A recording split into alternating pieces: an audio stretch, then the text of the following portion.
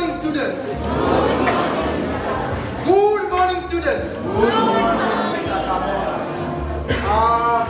Now, we have come to the final stage of the end of the year, in which the Samaritan, the winning innovation this year secondary schools, National Innovation Competition, will be officially launched in our municipality.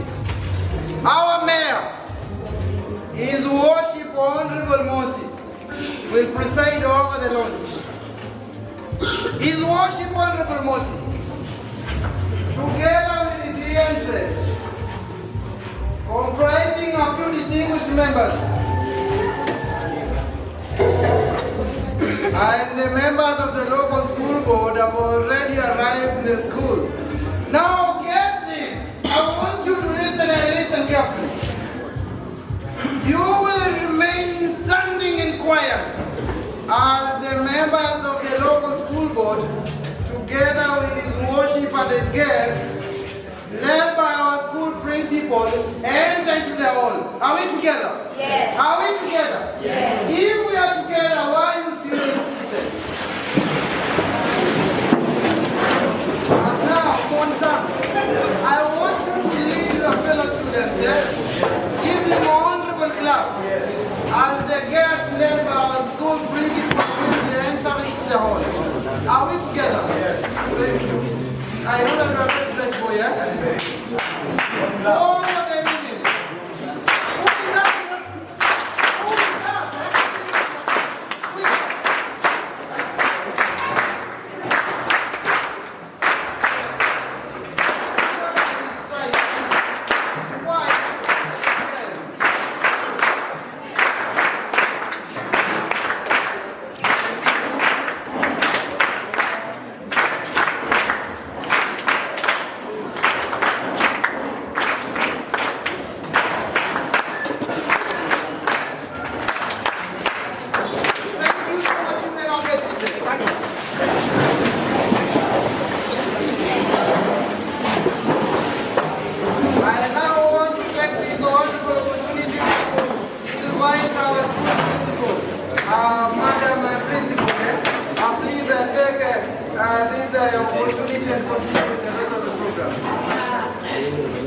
Thank you, Mr. Cardona. Thank you, sir.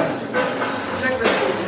Your Worship, the Mayor, Honorable Mossi, distinguished guests, ladies and gentlemen, I'm delighted to welcome you to this ceremony in which we officially launch in our great municipality the winning innovation of this year's secondary school. On this occasion, we'll also present our prize to Alvita and Montano, our very own students here at Sagrada Secondary School who created the winning innovation. We thank you very much, Your Worship, for gracing this event. Your Worship, ladies and gentlemen, let me now introduce Madam Nicole, the Ethics and Innovation teacher, to introduce the innovation. Madam Nicole. Thank you. Your Worship, distinguished guests, ladies and gentlemen, I must thank you to introduce the innovation that has captured the imagination of many in our municipality. I couldn't think in any other way than through a short skit that Alvita, Montano and I will step before you. Alvita, Montano, welcome. My students, my good students, welcome. Alvita, welcome. Yes. It's your turn. Yes, Your Worship, Madam Principal, teachers, and my fellow students, good morning. Good morning once again. Good morning once again. Good morning. Now, Alvita and I are going to present a short skit before you entitled The Samaritan. So, tell me, Alvita, what can we do as a society to ensure that we have a good future? Right now, it seems to be extremely bleak. I shudder to think about it. How do you know my food is extremely bleak? Well, yesterday I was sitting at a tree behind the classroom thinking. And then I traveled into the future, about 50 years from now, and guess what? I saw you working at a corner in a city as a model. You look severely battered, and your nose was permanently rubbed, if I remember well. Me, the problem. Was it a nightmare that hallucination? No, Alvita. It's called traveling into the future. You close your eyes, and try to figure out how your future will look like, given the past and current trends. You can also travel into the past. One time, I traveled into the past until I was back in my mother's home. And I sat there. Yes, it was very dark in there. You mean with all my education, me and Koble was also letting the adults nation? No, Alvita, you know, our country has been and is producing more number of graduates than the number of those that is able to train. You are very lucky to have a source of income as a Koble. Millions of youths were loitering aimlessly in the streets and villages without any gainful employment. They were poor, hungry, and angry. I will tell you, my dear Montano, you mean with all my education, I could get a good job? Alvita, our country has been and is producing more number of jobs than the graduates that have produced them. Think about it. What will be the situation in a period of over 50 years? But joblessness was not my main concern. Then what was your main concern? The way you are not so sad. As if you are done so. Let's give me ahead. I am not thinking that you'll see another day. Why on not my nose and that? This is sure. I think it's because of the bad smell. At that time, all cities had a bad smell because cleaning water was very scarce. Now, climate change and occasional unpredictable weather patterns. With this type of climate, it could hardly rain once in a year, and at most for only 10 minutes. This type of climate could hardly support plants and animal life.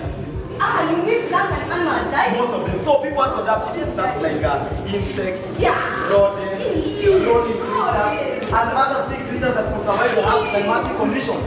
These were also in short supply. So people had to adapt eating stuff like plastics, synthetic fibers, and other bizarre things that I couldn't make out. Alvita, yes. I saw you chewing a gummy bag at a point. It appears you can eat anything.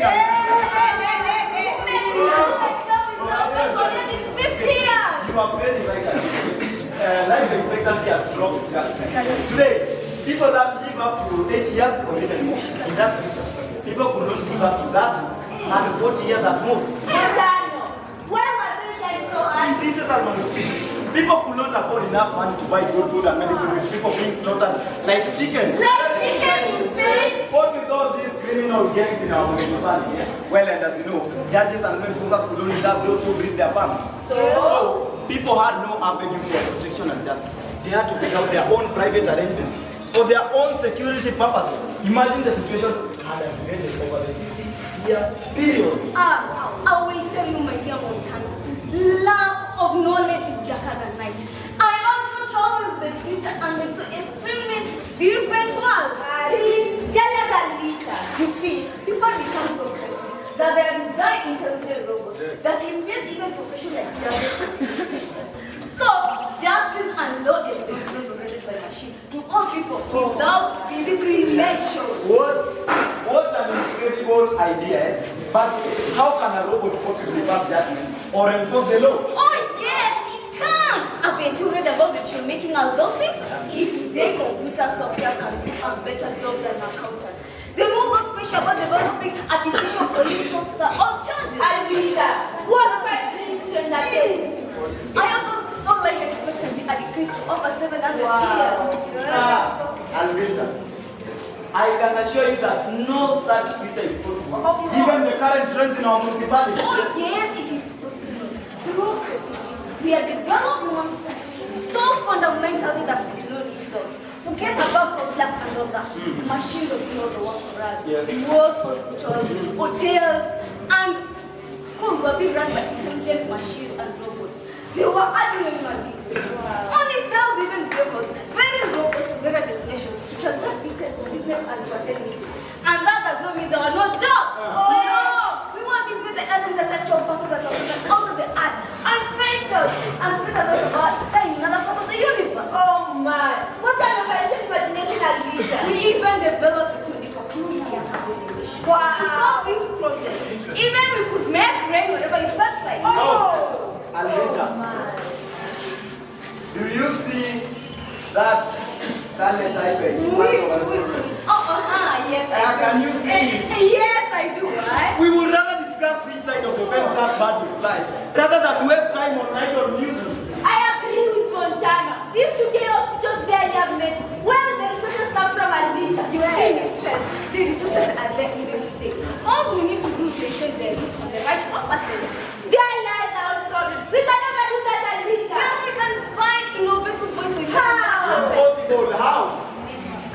heard that you want to see an election. You want petition? Yes. It's a simple mobile application. Only to share information. I'll tell you what social media platform. The only difference that most further developers call a digital pigeon. What does that mean, Alvita? To understand it, just think about traditional parliament. Each member of parliament has a pigeon on the box of the letters, notification, and other communication. Yes. Now think of a whole pigeon with member of public receive letters, notification, and other communication. This is what all about innovation all about. Only the pigeon are on the digital world, letters, and other communication, and we saw that in the physical parliament. Alvita, I think it makes sense, but have you tried? Oh yes, initially they're going to require to protect our environment. People took photos, videos, and take over illegal activity. That is putting into their bad label and posting all this information in the video. Only official need to log into our phone because it's for you. But Alvita, does it ensure the proper use of our resources? Remember our argument. Oh yes, financially speaking, for example, the use of how tenders are awarded, who wins the tender, whether those who are awarded they receive the letter of trade, and so on. Now, Alvita, to which municipal department will such information be involved? It can be shared with crime certificates in case of community. Just the requirement, for example, the beauty of it is that the information is shared privately and anonymous without the loading out from the internet, and there you go, you put the information they want to share. Alvita, you are just Yeah, excuse me. Now let's get something straight. Where do you get this information on procurement, for example? From the people, the information is from the people. Which people? The people, of course. Don't you know the people? Hey, let us hear it. These are the volunteers that are able to work with the family. That's when they are named the application to Samaritan, directed for the good people. Very well, very well. Thank you so much for that presentation. My good people. First of all, greetings. Now, I would like to start by appreciating Madam Principal and your fellow teachers for your continued good work, which has earned this institution an outstanding reputation nationally. Now, the subject of today's event is yet proof enough of the school's outstanding performance. I'm especially impressed by Madam Nicole and the students. I like the issues you have raised in your presentation. Now, this is a clear indication that our schools are very much capable of nurturing visionaries and innovators who will solve our municipality's problems. And of course, there is no better way of improving our lives as a municipality and as a nation. It is for this very reason that the municipal council will consider mobilizing funds to support the improvement of innovation in our schools. And I will personally make sure this takes place because, as you know, my name is Mayor Mossi. The smoke that does what? That thunders, gentlemen, I am especially excited. I am very much excited about this thing they call the cell-regenerating drug. You know, if you develop that drug right now, it will allow me to live for an extra 422 more years. I think they should think more on this avenue. They should think more on this avenue. However, gentlemen, and fellow teachers, I am afraid we will not proceed with the event today. But why? Well, it's not anything bad. It is not even because the innovation is bad. It is in fact an outstanding innovation that has far-reaching ramifications of the social, economic, and political aspects of our life. It is therefore our mandate as municipal leaders to sit down and reflect on how it is going to affect us. For this reason, I will now request the students to leave. And leave behind with Madam Nicole and the principal and my daughter so that we can discuss on how to do. Now, gentlemen, I don't think we'll continue with this thing. I've even forgotten. The Samaritan, but who you worship, this is a blessing to our country. Don't you see? This thing has turned out to be a platform for lies, misinformation, and winter. Do you know that just last year, someone spread a rumor that I had died? And it did not even take much. All they did was send a text message through social media. And during that time, do you know what happened? What I happened? accidentally swallowed the whole thing. I almost died. Oh, I see the risk. They might spread another rumor on the platform that you have swallowed the whole truth. Yes. That happens people's platform. And it will have one implication whether you launch it or not. Hey, I will launch it when and if I want to do so. Yes. There are no two ways about this right now. All any activities regarding this app until you receive further instructions from my office.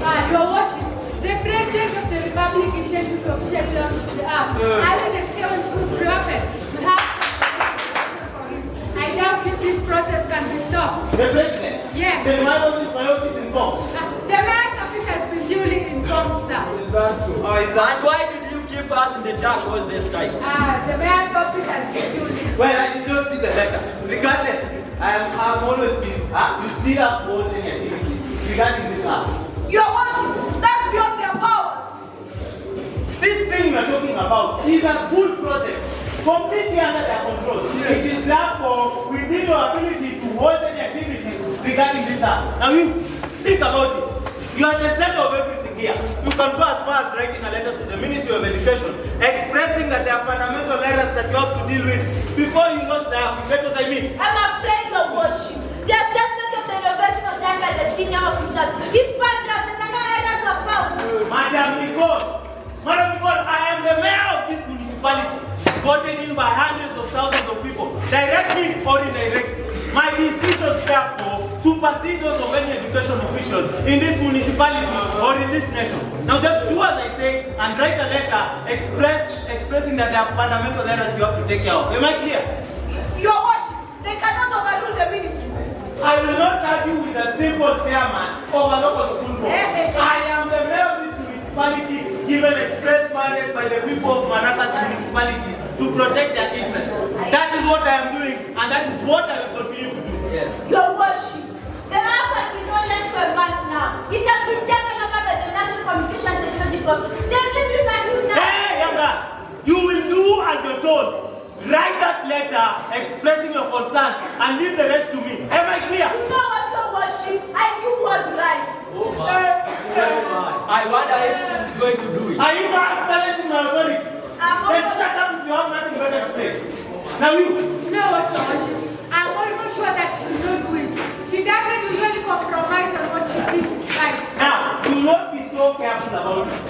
You have to make sure she follows my orders to the letter. Otherwise, you and her will be in deep trouble. I now officially declare this meeting over. Is it a new drum that the house smell? It is the smell of berries and corn and cob. I hear the delicacies for porcupine. There's no doubt that it is a delicious noodle now. And have you seen a noodle since you started smelling? I've never been home. I didn't think so.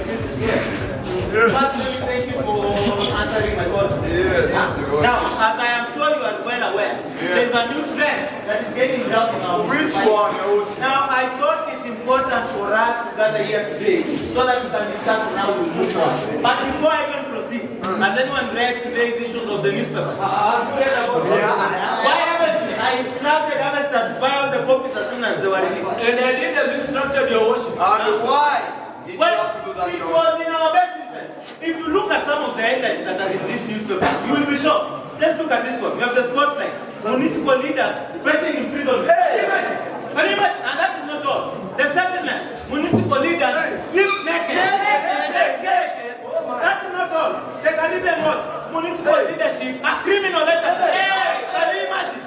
And then we have the inside. Road in Maracas municipality exposed.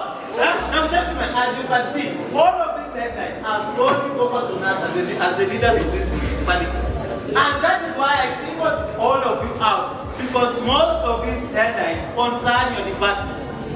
Are those less unusual? Well, I think these are the usual problems that leaders have with the media from time to time. All we need to do is give the reporters and editors more boxes of chocolate. We should also get some of them. No, gentlemen, the issue here is not mainstream media. Then what is the problem?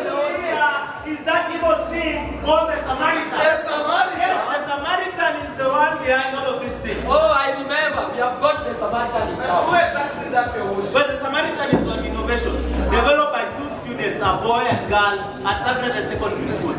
Now, during their closing ceremony last year, they invited me over to officially launch the app in the municipality and to present an award to the two students. But after reflecting on that matter, I refused to do so because I realized that this app would turn up and present problems for us in the future. And as it turns out, I was right. Was I not? You look at the problems we are facing right now. Innovation? What kind of innovation? Well, I have to be honest. I am not very well acquainted with these issues in technology, so obviously I will have to take over. So, gentlemen, the Samaritans. These are mobile applications on which people share the information that they have concerning the conduct of the municipal affairs. The information is shared in form of files, videos, and images. The aim is to promote good by exposing corruption and other vices and agitating for the prosecution of the people and the companies involved. Oh yes, I remember reading about it. Oh yes. The Caribbean and the Spotlight a couple of weeks after the ocean. Yes, gentlemen, the Samaritan is the one behind all of the negative information that has been going around about us in the media. Yes, I've also heard about it. Yes. I think that we can find those people who are actively posting the information in the Samaritan app and give them some cash so that they can drop this thing. I'm afraid that may not be possible. How? The last time I checked, the app had half a million. That means the app has over 500,000 people in it. We cannot negotiate with such a huge number of people. Yes. You think there is a need of an alarm or the media is not doing its normal work? Yes, there is a cause for alarm because the information in these newspapers seem to be meticulously researched, and the attacks that are being launched against us by the newspaper outlets are very well choreographed. Just how serious are the allegations being made? Well, the latest sensation is public outcry from companies that build the municipal council, build sums of money every month without really providing any services, the so-called supply of air. Now, gentlemen, at this particular point, you'll have to forgive me, but the culprits behind this crime have now been identified as you and me. Hey, no. Nobody can write that kind of thing about me in this. Well, apparently they already have. No. Gentlemen, but I see a wide range of purported documentaries to that effect. Yes. And they are widely spread all over the newspapers. So, those are fake documents. Oh my. They are all barefaced falsehoods. And I assure you one thing, that those who are behind these allegations have booked an appointment with the unfit. Certainly. Oh my. Sample of air. I am beginning to think this is serious, Will you end up in Ballet Express prison? Mr. Ted, but that is just one of the allegations. There are more including drug trafficking, gang warfare, inflation of municipal projects, undertaking shoddy work projects, use of proxies to secure municipal projects. And you know what, the information is still detailed on the people and the companies involved. Yes, gentlemen, and that is not all. There is also a lot of personal information about individual municipal leaders of these newspapers, including information about our personal lifestyle, where we live, the kinds of cars we drive, the businesses we own, properties under our ownership, and when and where they were acquired. Well, there has also been a lot of sensation about the Mandingo Golf Club and how we were acquired the necessary funds to put up such an establishment. I've been really discreet about my private affairs. How? How did they get the information that it is mine? can do this. Without anyone finding out. And those people around us are usually wolves in sheep's clothing. Now, that might be a one side. Well, what worries me the most is the recent formation of a virtual anonymous group calling themselves the Samaritan. And they're mostly made up of lawyers. Now, these people have gone as far as encouraging the public to come forward with evidence and witness against leaders who are corrupt and who are abusing the municipal office. They are also contacting the local chief justice to launch cases against the country. The situation is not pretty at all. But such only allegation form a strong basis of conviction and prosecution. Oh yes, they can, provided they have valid documents supporting such kind of allegations. Your worship, yes. We have no other option other than ban that thing in this municipality.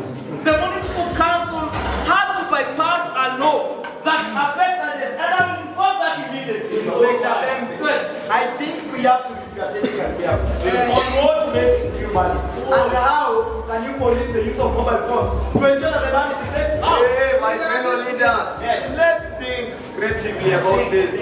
We may claim that the municipal is concerned about the suspect apps, particularly the spy apps.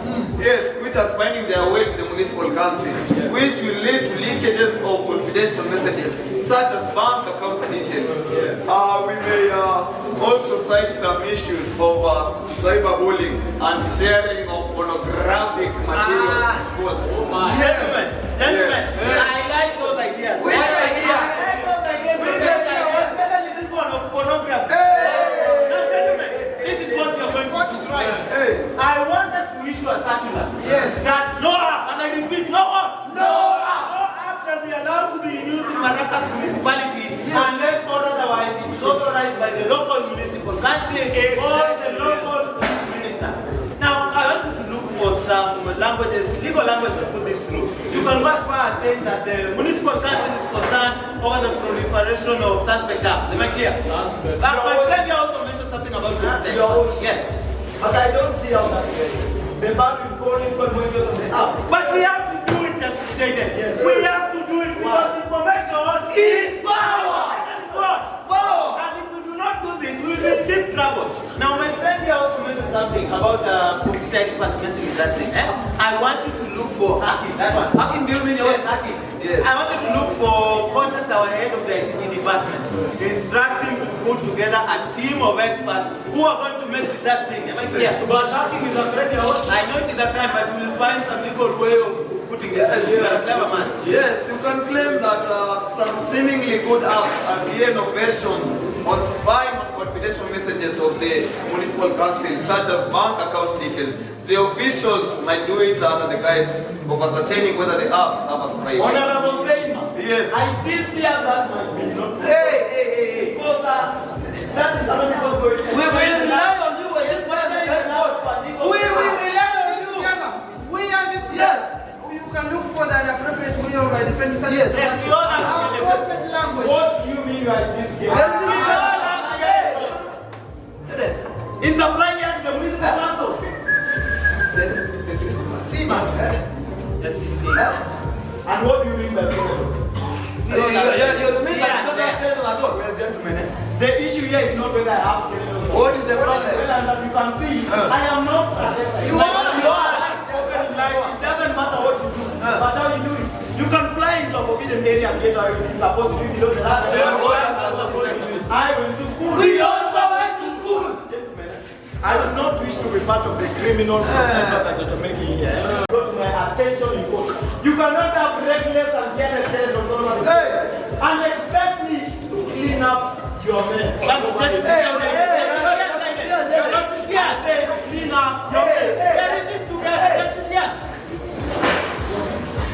Okay, honorable gentlemen.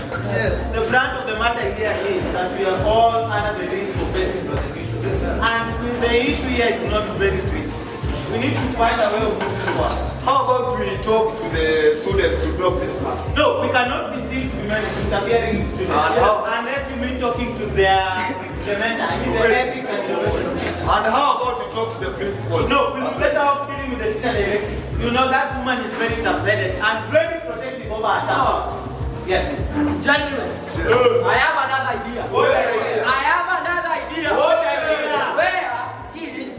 information, stop! Well, Alvita can inform us on that. Let me tell you, Yes. the information is stored in what I call servers, and the servers are all over the internet. That's my point. We should get the information out of there. Now, where is the internet and how do we get there? My friend, but on that kind of thinking, we are not helpers. This man is using That kind of That cannot help us at all. Yes. Yes, but I have an idea. I have an idea. Money, and more money. Honorable Sima, you mean that we give the money to the new students that is Mobilize enough money to fight off the cases which are put against us. Or in fact, better off dealing in other ways with those who are trying to pursue us. wisdom? Yes, I mean that. We should find some money, obtain some cash, so that we can pay those who are Coming up with the cases. Yes. In fact, you are a wise man. Yes, we might need to do a reallocation of the supplementary estimate of the budget. Yes. Yes. But that will only get us deeper into trouble. No, you'll be in a position to fight off those troubles and more of it. No, gentlemen. I will not Mayor agree Mossi. with this. The law is very clear. That will never happen. No. It's either you do by the location of the budget or we hand out the Now, gentlemen, you have in the past forced my hand to this allocating fund by making this unreasonable demand. Which demand? You will not now stand here and deny that you will not force my hand by demanding that I give fairly.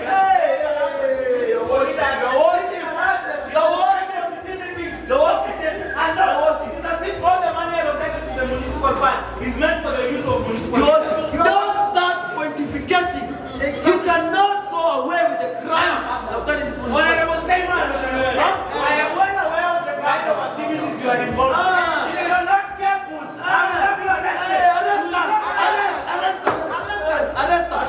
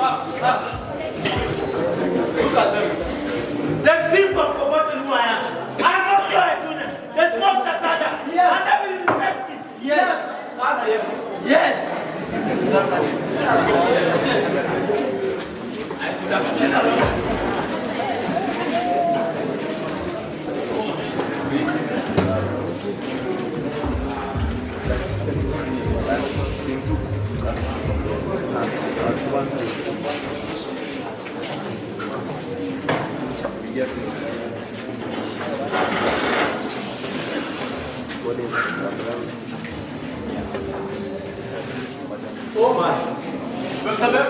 Yes. The situation was not really that I could have killed the one. I wish they could have killed us more. Did you see the way I was just blowing here? Yes. Yes, sir. I see you already here. Yeah, we'll get straight. Go ahead. Gentlemen, thank you for eating my clothes. Now, as I'm sure you are aware, there is a new trend that has now snowballed into a nightmare within our municipality. And that is why I called you here today as my closest ally. I want us to plan on how we are going to tackle the situation. Okay? Before we can go any further, yes. Exactly. So if I bring to attention, then I do my family there. Any kind of yes. What do you mean? I logged into the app yesterday that I'm being accused of countless cases of corruption and violation of human rights. It is giving me willingness. And you know very well that my blood sugar. Yes, I'm well aware of your blood sugar. At some point I suspected drifted into a cup. You drifted into a cup? Yes. But remember, that is very dangerous. Very dangerous. I think you should leave some salt here and there to neutralize the effect. Sure. Yeah. But Inspector Bembe, that is very few. You know, I almost collapsed the other day. Why? When I learned that Honorable I'm planning on mobilizing councilmen and government to put a vote of no confidence against me. I was so shocked. In fact, every time I close my eyes, I tend to see Banetta Express prison and they said that stench. I can even smell the revolting stench of the cell. It is a very bad smell. Your worship, that must be a very ill omen, huh? You know, I've even been unable to eat since yesterday. Go. You may need to eat something with a strength test or something with a budget or something completely neutral. Neutral, something to neutralize. Like what? Like what? Just an ordinary grass. But remember, I'm not a cow. Anyway, gentlemen. Your worship. Yes. Let me also bring it to your attention. Bring to my attention. I am also accused of countless crimes. The latest was the letter that I did banning the use of apps and instructing our ICT officers to take steps against the suspect innovation. You know what, your worship? No sooner had I dispatched the letters than they got to the Samaritan. That is very tough. But you know what? I am also accused of another crime. This one I don't even know what it means. They are saying it is called municipal corruption. Did you say municipal corruption? Yes, municipal corruption. That is the worst form of corruption in Africa. The worst? It is where your private interest determines the direction of the public policy. But do you think they have evidence about this? I see a wide range of purported documentaries to that effect. But I wonder where people got such information which is classified. I know where they are getting that. Where? I know where they are getting that. It is the document. Yes, the well-approved document. Honorable Bastille. Now, my sources and the media houses inform me that on the day we left Sagrada Secondary School, Honorable Bastille ran straight to the bank with blue money. Money that he used to pay his journalists to dig up negative information about us. Now, they have generated a huge arsenal that can last them for months. And you know, Honorable Bastille can do anything to gain power, including selling his own matter. I agree with you. That man is doing a horrible job. A very horrible job. Today's information is particularly damaging. He reported, for example, that I ordered the purchase of all the newspapers in the municipal.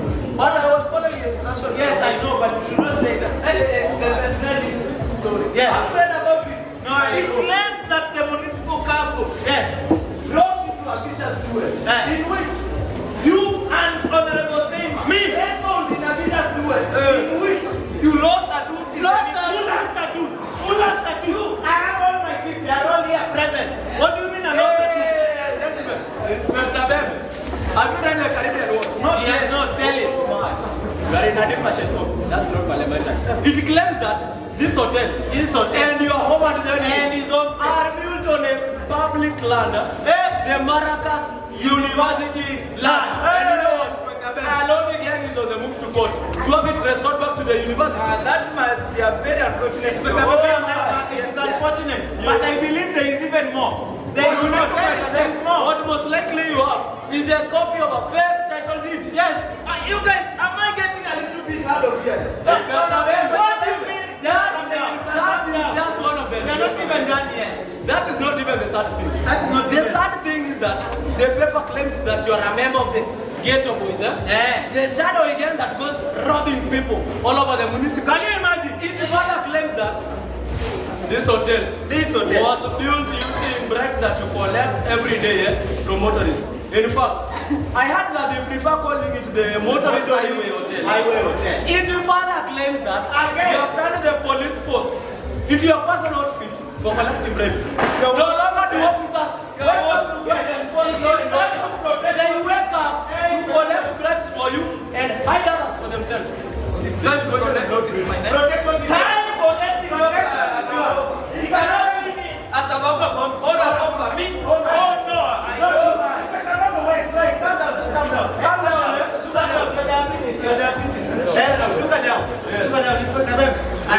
I'm sorry. But I'm also about this university dance. But let me ask, who told you that? It is that not the call Ramadan. Ramadan is also Ramadan. You know that man has ruined the lives of countless people because of his greed. But this issue of the university land, that is a very small matter to me. But I must teach him. Calm down. You know who I am. I'm the mayor. I will just reallocate this land to the university land. Simple. That is a very small matter to me. I will reallocate the land to the university. Okay? Now, gentlemen, we need to get back to business. Yes. Now. Yes, business. Now, stepping aside, I want you to issue a press statement tomorrow. Press statement? Yes. In this press statement, you should refute all the negative allegations that have been launched against us in the Samaritan. Right here. Yes. I would also want to address the press sometime. Yes. Now find someone to get talking points to me, especially on this issue on cyberbullying. Yes, that one. Yes, you are watching. Am I clear? Yes. Now also, you'll also issue another press statement indicating and refuting all the allegations that we have refused to launch the app and I wanted the students to listen. Okay? Indicate that we are in the process of preparing for the celebration and streamlining for the use of the app in the municipality. Am I clear? Yes. Yes. You will issue a press statement today, every day and every day after that. It should appear as if business as usual within the municipal council. Am I clear? Yes, Your Worship. Now, gentlemen, these are just but a few housekeeping issues. The real issue here is this vote of no confidence. And that vote of no confidence will never see the light of day. Never. Over my dead. You can never. Be on top of things. Be on top. Yes. I suggest that we find a reason of arresting this. Particularly I am not sure if that is the best idea. Why? We should skim these things carefully.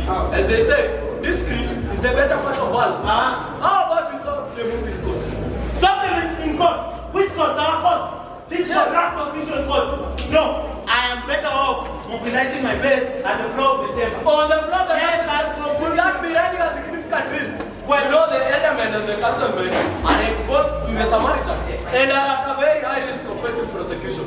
Don't you think Ramdai this team will use the mobilizing? And that's why I suggest that we find a very good reason of arresting them. But let me say, they're not a call Ramdai. If you die, we should not. Okay, gentlemen, I like those ideas, but I think we should deploy those as our final weapons. For now, I think what I will do is mobilize my political youth base, the Red Eagle Gang. Yes? I will mobilize the Red Eagle Gang. Now this is what I will do. I'll send a black man to you tomorrow. And who exactly is that? Well, he is the leader of my political youth. Okay? Now, he will lead you to providing with funds for transport, for paying the youth, and for buying mattresses, policy bags, plastic, and tires. I want them to burn these things around the municipal council tomorrow. We should remind these people why they call me Mayor Mossi or Tuna. The smoke, the Saga, I need smoke and Saga in my way. Yes, but also buy them some white people. Yes. And don't forget to inform your officers to find the air every now and then. We should remind them who I am. But are you sure you sort of this issue of the university land? The issue of the land, that's a very small matter. We will take care of it. Now, once we have done this, and I believe we should also contact the CCMD. He will hold the keys to this. If he agrees to convict Honorable Ramdai and to stop the move of this people, we would have killed 2 birds with 1 stone. We would have solved the issue of the public outcry over prosecuting corrupt officials and also the issue of the Samaritan. Now, from this moment onwards, I want us to proceed with these few solutions that we have come up with, okay? We are going to put our best foot forward. We're going to put our best foot forward. Because you are well aware, we are here to protect public interest. Am I clear? Yes. Now, gentlemen, let's go. Hey, ensure you make sure all my orders are followed. Am I clear? Orders are followed. Now, see you next time. Okay. Dr. Bema. Yes, sir. Yeah.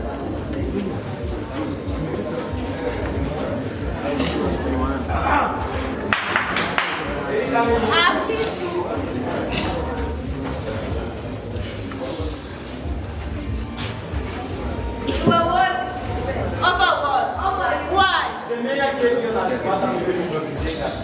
We are afraid that the Samaritan will put you to trouble. Don't worry, we are good going there. Please, have a seat. Montano. Yes, Alvita. The launch has been taken. We spent trouble. Yes, the launch has been put on. The municipal leaders are not happy with it. Why? You are too young and you may not understand these things. But why would the leaders reject protest for the people? You see, that's why I like the idea of the Samaritan. Do you remember what happened in the parable of the Samaritan? Do you remember, Alvita, what happened? Robbers attacked the Jewish man. They beat him up and left him up there. And then? And then the police came by. Though he was a religious man working in our maker's house, he ignored the man and went on his way. And then? Then came a labor, but the religious man. As labor, they were with the priest. He did not go without the man. Montano. And then came the good Samaritan. Though he had a different perspective on religion, he helped the man to clean up his rooms and became to a place. You see, you inspired me by naming innovation the Samaritan. It made me realize that the people of our municipality like the Jewish, we are robbed, beaten, stripped and left there. The people who expect to come into our aid, our leaders, who help us so, it's up to us to be the Samaritan so that we can save our municipality. You know what? The Samaritan is an excellent person for each one of us. You see, if we all care about ourselves, how will our municipality ever prosper? We need to take responsibility for the progress of our municipality. Alright? Yes, mistress. They have counters. They won't allow. They don't have to do so. The Samaritan have to change the course of this in our municipality. We all heard what the mayor said during closing day last year. We are afraid that the Samaritan will put you into... And whatever they may do, sometimes it's good to stand for what's right. Alright, Alvita? Yes. Alright, Montano? Yes. Sometimes it's good to stand for what's right. They have to go over there. The Samaritan is all over there. Magazine, television. You know what, Alvita and Montano? We need to strive to improve our lives. You are very young kids, young also to the way of the world. But whatever you have done, you have provided a convenient tool, a spotlight to our leaders, a platform through which people can identify corrupt leaders from our municipality. Alright? Yes. You all know that the salaries we pay them is not enough for them to buy the big vehicles, to live the life they belong to. So what should we do? Tell us. You know what, Alvita and Montano? Stand firm with the app and the demand that the leader do the right thing. You know what? Do not be afraid. Do not be discouraged. You are my two promising students. Oh, Madam Principal just calling me. Hello, Madam Nicole. Hello. My office now. Alright, alright. Alvita and Montano, do not be discouraged. Alright? I'll talk to you later. Thank you, Mrs.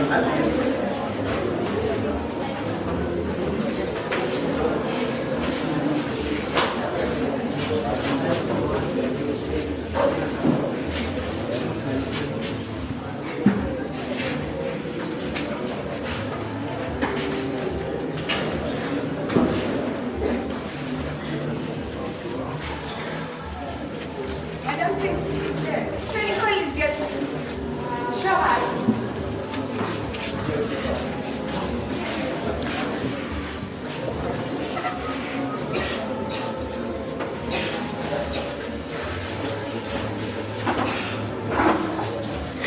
What will you have? I'm fine, thank you. My apologies, Madam Nicole. I have rejected the text. I asked you to come over because there are what you would like to have out with the necessary camera. What about?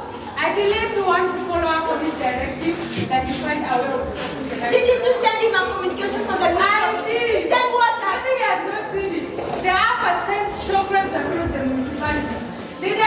that one incredible family. I'm beginning to feel that you might have a long and thinking about them. I don't know how, but this matter has to be brought to the urgency of seriousness in us. It is dangerous. You know what? Once the president has lost the ark, the Samaritan will judge him. I'm not completely sure about that.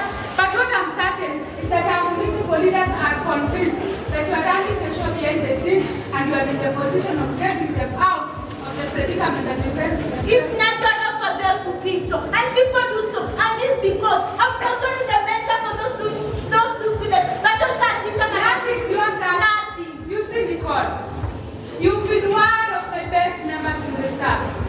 And it would be very unfortunate if you lied to me. I am an old lady, old enough to be your mother, and perceptive enough to know the kind of ambition you have. Well, I did mean to care for the two students and guided them. As their mentor, I should also provide direction because they are the originator of the ark. Nicole, you've been here for long enough to know me. I do take my work seriously, and I am single-minded focused on the mission of the school. And that is to provide quality education to the students under my care.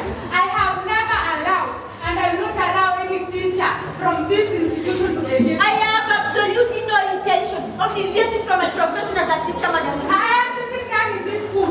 My staff is single purpose of keeping the students entrusted to us to be productive citizens.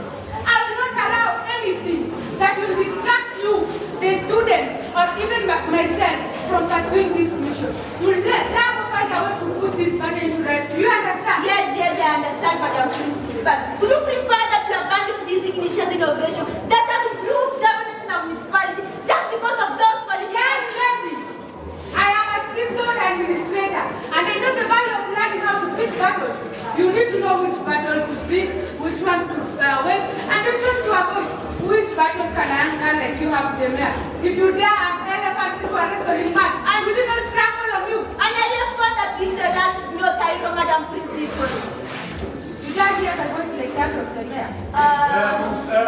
That must be him. Now listen to me.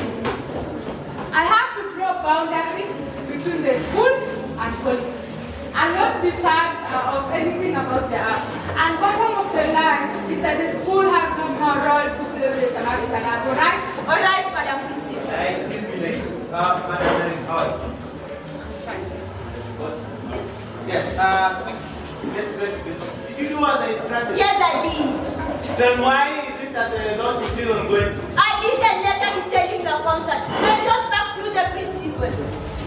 Well, I've not seen the letter. What does the letter say? I sent a copy of letter to Samaritan. I've not seen it. What does the letter say? Oh, the school has no more role to play with the Samaritan art.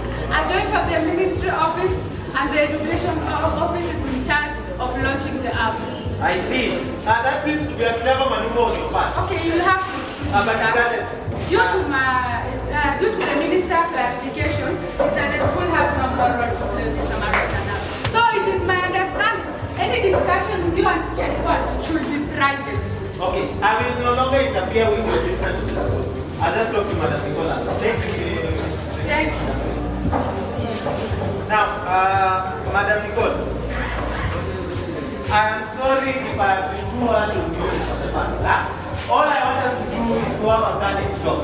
Now, my major concern is that malicious political opponent might decide to spread negative information about me or the Samaritan. I don't think you need to worry, sir. If anyone posts wrong information or defends you, there's no one who can stop you from prevailing agreement in the court of law. Madam Nicole, all the posts of the Samaritan are made by anonymous individuals. Now, how do you expect me to prosecute anonymous individuals? You see, the app is configured in such a way that those post information anonymous is needed from the public and not from the administrator of the app. So, you can therefore obtain identity behind the defamatory post your worship.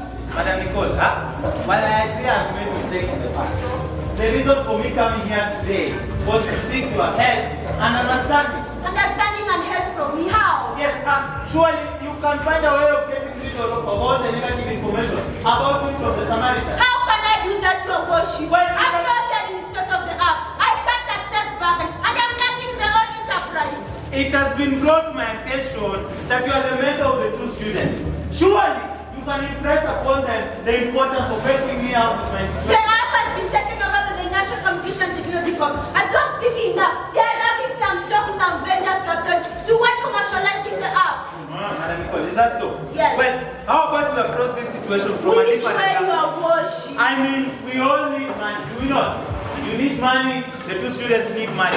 So just name your price, however big, and I'll take care of it. I'm very disappointed in a man that entrusted all the affairs in a municipality. It's just bribing. Imagine bribing me. I will not, and I've never been on those things. You want me to go and post the offer of money to Samaritan? Do you your worship? Bribe Is you? that, of course. Bribe you? Who has offered you a bribe? It's- All I am saying is, why go looking for venture capitalists elsewhere when people like you and I are here? I mean you as the mentor and I as an investor. I will insert the necessary seed capital required to launch the app, and you can come in with the technical expertise. I have no proprietary claims that will entitle me in making decisions regarding it. It doesn't belong to. It's intellectual property for the two students.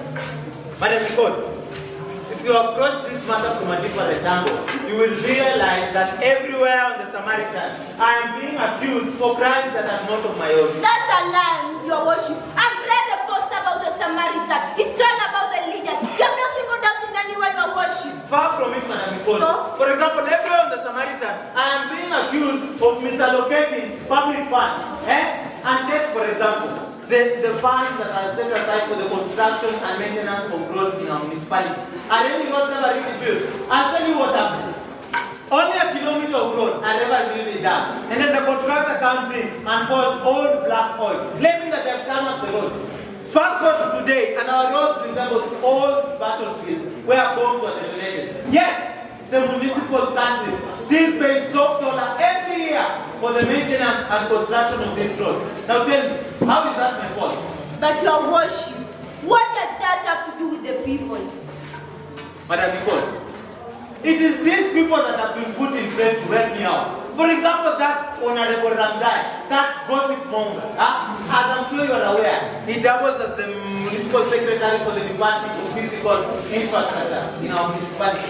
Now, Honorable Ramdai uses this position to ensure that all the contracts and tenders regarding the maintenance and construction of roads, bridges, waterways, and even drainages in our municipality are only awarded to companies that are owned by himself and his friends. And sadly, they never really do anything. All they ever do is misappropriate the funds. That's why I've asked you, what does that have to do with the people? Well, does it not value that the people, despite knowing all of the evil things and that he has never accomplished anything in his life, other than single people, voted for him into office? Did they know? Of course they did.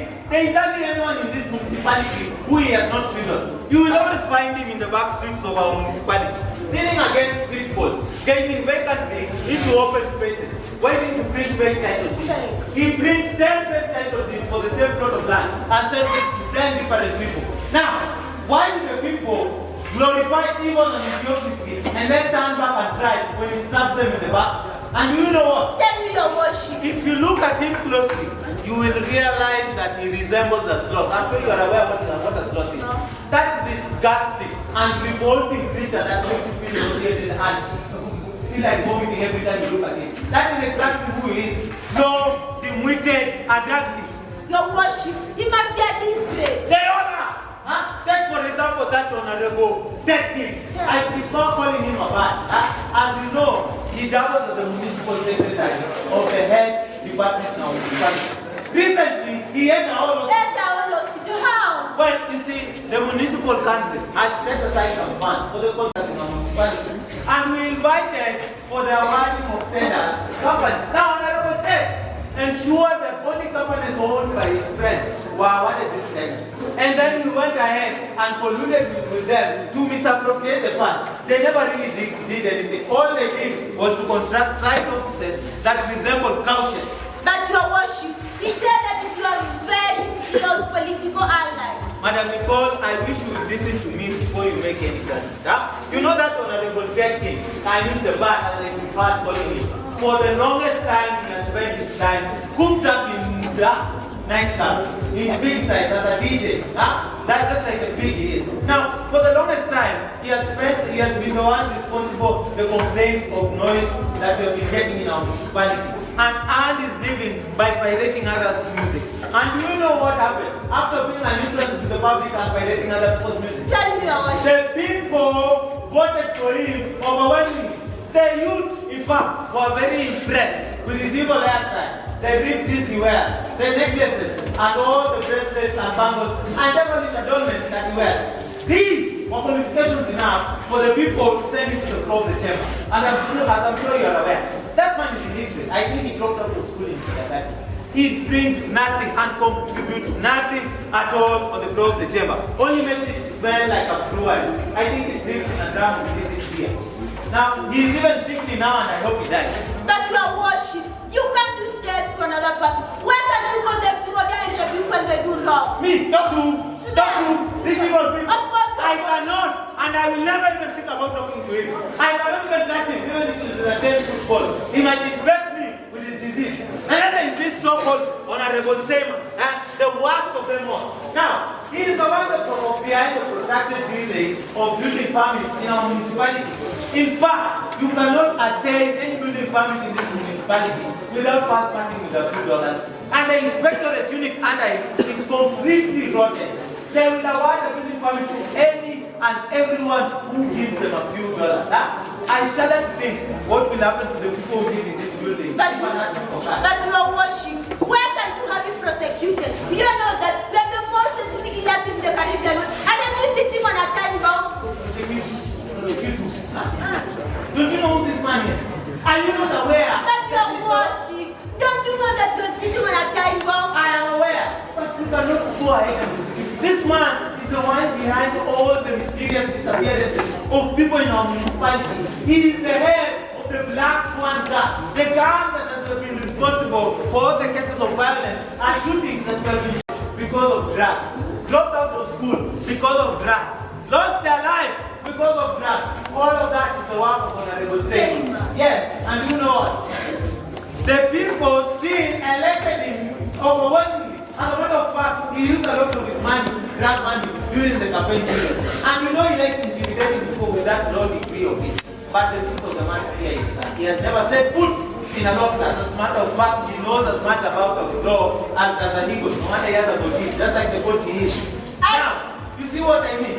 A council chamber that is supposed to be filled with men and women of honor and integrity is now a congregation of nymphomaniacs, drug traffickers, murderers, and hoodlums. I keep wondering, sir, where would you as a mayor have these people charged with what? Haven't you obligated your duty by not having them prosecuted in our courts? Prosecuted? Of course. Where? In this civil court? Are you not aware that these judges and lawyers are the ones are part of this gang?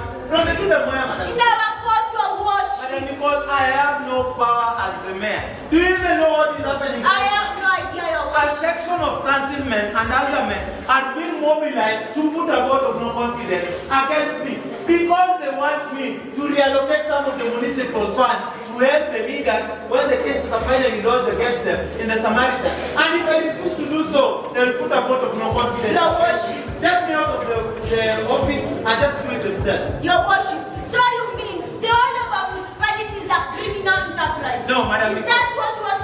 No, Madam Nicole. Is that what you mean, Your Worship? No, I see how it is easy to take, but it is not all of us who are. Take me for example. I have put it as my part of my life interest to protect the public's interest. Take for example well I agree that I've made mistakes before, but some of them are just small and excusable. That's Your Worship. Now, take for example the supply of bread to the municipality. A lot of bread for the municipality comes through me as a representative of the people. Now, as the representative, I only take one slice, 2 or 3 slices, and send the rest back to the people. But that is not the same. They will eat the entire loaf of bread, the covering, and even the better if possible. And as I'm sure you're aware, my family is not involved at all with any business with the municipal council. My wife is a pastor, and all my children are abroad. But that is not the same with this other person. Take Honorable Ramdai, for example. His wife, brother, sister, son, daughter, sister-in-law, daughter-in-law, uncle, whatever, are all involved in business with the You might think that the municipal department for physical infrastructure is the personal residence of the Ragraya family. Not your worship. To whom are all these people answerable? To Justice Ian Jaden, of course, his lordship. I'm sure why he is not involved in business, but most of his business are. And Justice Ian Jaden himself does nothing but hope justice like cabbages. I'm sure you've seen him around our municipality, dressed in a three-piece suit, wearing a solemn look. But that is just a facade that you see on the outside. Just like you see the flowers on top of a grape, but dare to dig deeper, and you will discover the true color of Justice Ian Jaden. And that is the same with all of them in the municipal council. Their outside facade is just flowers on a grape. No wonder they have been cast. Oh my good Lord. Now, there is this honorable Seymour. While I agree that his family is not involved in business with the municipal council, but his son is a permanent drunkard and confined to a rehabilitation center. He's not a son also. He's addicted to gambling and always spends his time in casinos. What about his wife? A perpetual and useless drunkard. And Honorable Seymour himself does nothing but to say his evil things and hide behind his glasses, scaring everything and everyone, including his shadow. The man can even scare the devil out of hell. Your worship, don't you think that posting this information as Samaritan will shift most of them from yourself? Madam Nicole, that will not help things at all. You see, these people are just naturally evil. And you cannot blame people for their nature, Madam Nicole. I don't understand your worship. Madam Nicole, the Samaritan is not helping. The problem here is the people. Which people? The people. If the Samaritan wants to solve the issues of this municipality, he should focus on the people. If they focus on the people, that is it your worship. Then why? Why do the people cry? When you have elected a howler monkey as a librarian, why come back and start complaining when it is making noise for you and all you want to do is read? Do you think a computer can stop a monkey from eating a banana? People are not finding your worship. They are demanding right to be done and justice to be served. They never want anyone to go and sin for them. Then, Madam Nicole, you can now see that I have no power. You see what I am saying? Then how will you help me? Don't you think that the Samaritan is a blessing to you? A blessing to which people can identify correct blessing from office, your worship, and it is from our job. The member of the municipal was afraid you. What do you mean the Samaritan is a blessing? It's a blessing to you. What? What blessing? Are you perhaps being used as a political weapon against me? Are you playing politics? I don't do politics, sir. Then why are you claiming that the Samaritan is a blessing? I am now convinced that you are playing politics, Madam Nicole. As a matter of fact, I now know what the problem is in this municipality. The problem is you, the teaching profession. Teaching profession, how? You are the ones, all of these people causing problems for us. They pass through the school system. They pass through your hands. Now what are you teaching them in those schools? What kind of virtues are you imprinting on these students? Your worship, you are trying our best to mold the characters of our learners here at Sagrada Secondary School, your worship. What do you mean? You want us to now believe that those two students are the ones who developed that app? Do you think you're foolish, Madam Nicole? Your worship, you're going to develop virtuous, creative, innovative speakers, your worship, and you will not only replace my... Creative thinkers, my food. Your worship. Creative thinkers, my food. That is all a bull and cock story. And I will no longer listen to your nonsense. Madam Nicole, I am giving you express orders as the mayor of this municipality. From this moment onwards, you will get rid of all the negative information that is being posted about me on the Samaritan. Am I clear? Failure to do so, and then you will know why I'm called Mayor Mossi to the smoke tatanders. Now, you have my number, and I expect to receive a call from you. Immediately you start doing so. Am I clear? If you do not do as I instruct, I will make sure that you make your life a living hell on this planet. And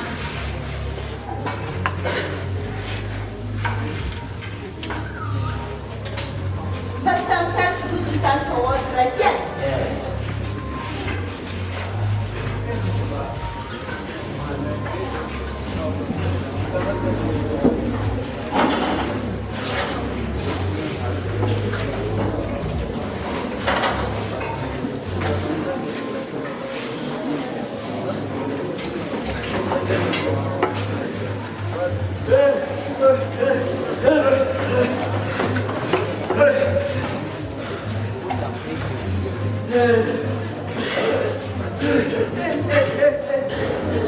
That was a serious way, huh? Never occurred to us that the mayor will violently disturb our meeting. The message is now very clear. He will not allow any meeting to discuss the substance. It certainly was. The hooligans were so brutal, but I threw up my gun and I dared them to touch me. One of them aimed a rock at me. I never thought that anybody could laugh at such kind of a huge rock. It flew past my like a rocket from very Did you see that when I applied? it missed my head, but the surface of the big breeze. Did you see that when I applied? He ran past me like I thought that he could not run like that. He went past me like an express train. It was a gun that could never come to a stop. But I doubt those were just hooligans. Yes, true. And the operation and the speed suggests that this thing we are talking about. Actually, the speed, that is over the same. You know what? And there was smoke on burning tires, papers, mattresses, and sacks. Suddenly, we never anticipated for that. Yes. I think Mayor Mossi is a good organizer. Yes. Yeah. He's going Mossi over here. The smoke that thunder is about to scheme and a go-getter. You know, the message is clear now. We are at war. Exactly. We need to think creatively. We should go on with our plan. Yes. And we should not be cowed. Yes. We should not be cowed. Yes. Yes, we should go on. And we must go on with the plan of vote of no confidence against him. Mobilize them. Yes, Honorable Ted. Yes. You say we gave you a task to do Yes. the council and aldermen to see whether they can support us in the vote of no confidence. Honorable Sima.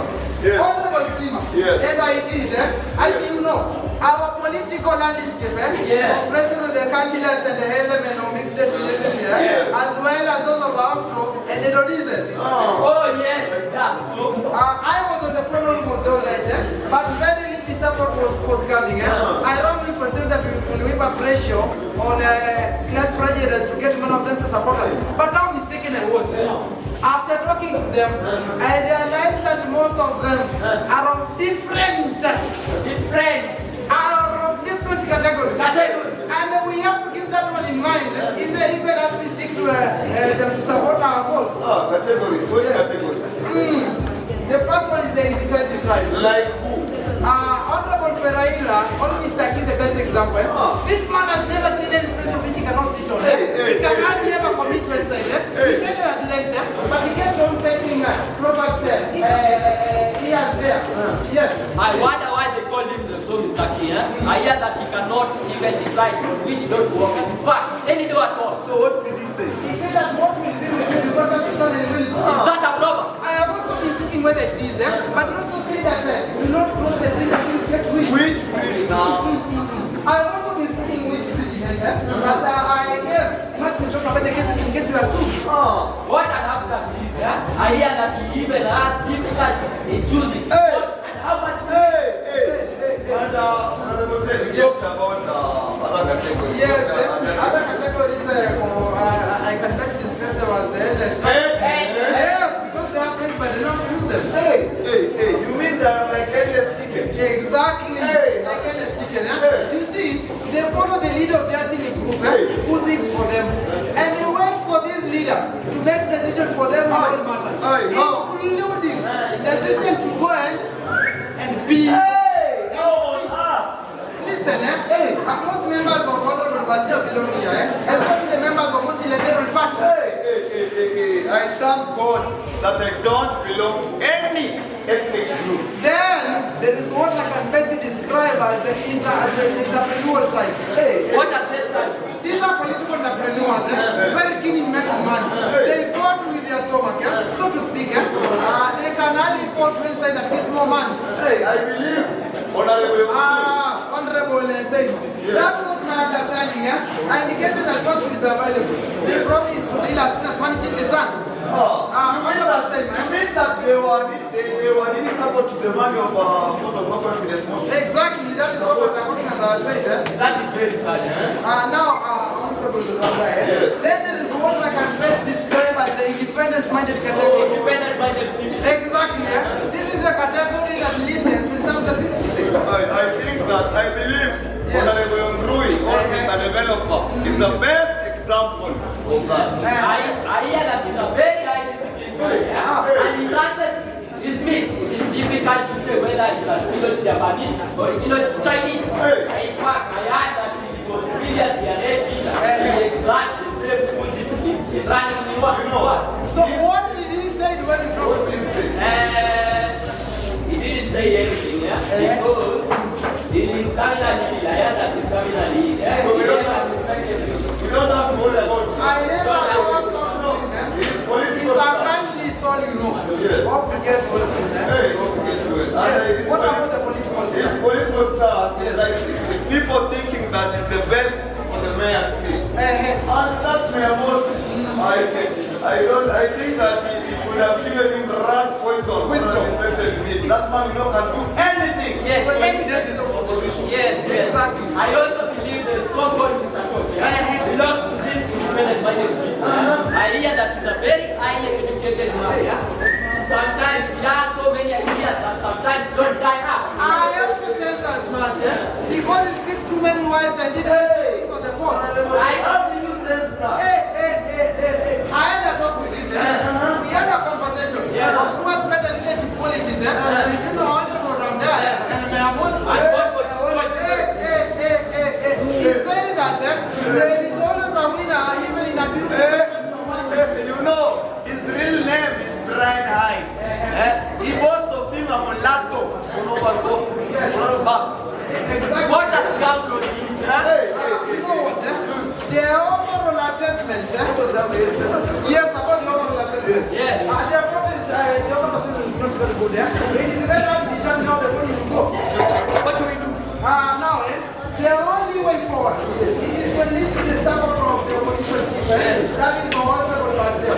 If we listen to that, that means that if we sense with that means that the Adam and councillors alliance will follow suit. We believe in the fact we will only need to persuade or by some few more people in order to reach the two-thirds majority. Yes. The man from the office. Yes. You say that you were in talks with Honorable Bastille. Yes, I was in touch with Honorable and he agreed to work with us. Yes. He agreed to work with us. So he agreed. Yes. He promised that he would be us there. And then he promised that Yes. he would mobilize people to vote for him as the mayor. And What about the what are the conditions about the... Yes, he promised that it will be a coalition between the windows and the member chambers of the institute. Gentlemen, this is a breakthrough. We need to go to the bar for a day to celebrate. And actually, I am a very terrible uncle. I need a terrible too. Exactly. Gentlemen. Honorable Basti. Honorable Basti. Here you are. We were talking about you. Exactly. We were just having a brief meeting about you. As you see, your position as the deputy mayor is guaranteed. Now the next day is the vote of no confidence. I think that doesn't Really? Of course. Let's see if the people show sympathy for it, you don't succeed. Therefore, the next step is that the people against it. Yes. Honorable Basti. We will get a few speakers, the most articulate ones, to present the people. Of course, that makes good sense. You know, issues we will get a few speakers, the most articulate ones, to present the people. And what does we need to talk about? matters of equitable development. You see, Mayor Mossi is not a development-minded person. He has not built even a road in this municipality. Gentlemen, development issues will never incite or excite them. You need to excite people's emotion, not incite them. Tell them things that will make them worried and they follow with their purpose. If they're an enemy to enter and blame for their problems and then be on your side. How can we incite the people? Simple. We just say that the funds which have been allocated to develop the municipality are being used to develop the wards occupied by Mayor Mossi's people. I'm sorry for saying you cannot have that way. Hey! Huh? You see me as an errand boy, huh? I will still be about gentlemen, yeah? I will do the record. Yes, yeah? because Sugar down. Yes. Where's your pen? From there. Your husband on that. Honorable on that. As I'm there, brings waiter. Do something, yeah? Do something. Our wife man. Yes, I do the record. Yes. Get back to the seat. Yes. Get back to the seat. I will say, Yes, what should I do? my funds which have been allocated to the municipality are being used to develop the work occupied by Mayor Mossi people. Honorable on that. Yes, I'm writing. M. It is M. I'm writing. Yes, sir. But that is not true. Of course it is. Politics is not about the true gentleman. I'm now teaching in politics. It is about the people. How do I record that? Marginalization of our communities. Okay. As if that is not enough. As if that is not enough. You don't know that some parts of this municipality are like to be because the project is there. You need to buy one part of this sample. Yes. You are asking how to do So how do we do that? most people in this area are mostly oriented on this side. Yes. You simply create a secondary school that do share the same answers as with them. Yes. That's the topic, right? Like simply a story. A story. Yes, backstage a story. Yes, like in the beginning. There was a new mistake. The diameter was like 5 kilometers. 5 kilometers. Yes. Yes. So with time, this new mistake got mysterious. And Shanamas the Great man, very thirsty. Yes. Yes. I can see that. Don't worry, Yes. So as Shanamas the Great was going to the river to fetch water, remember he was very handsome. Wait there. You see that he was very Handsome. like me? No, like some of them here. Yeah. They found him there. Yes.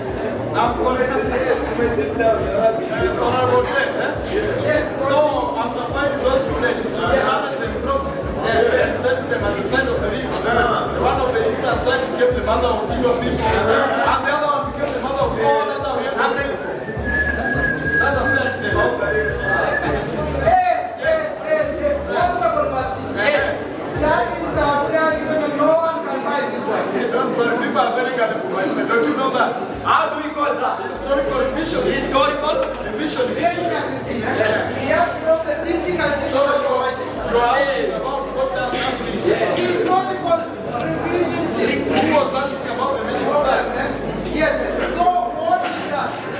Don't worry, but you've been exposing historical lies that have been converted by Mayor Mossi to confuse the people about their origin. Yes. And gentlemen, Yes. we surely need to separate Mayor Mossi from other people. You know, God doesn't come by his ear. We'll simply share and celebrate the story that, unlike other people, they have got a peculiar smell. The same kind of a vision. And also, unlike other people, they also tend to believe in problems. How do I like that? Celebrating people's cultural identity. Celebrating. Celebrating. Yes. That's a practice. That is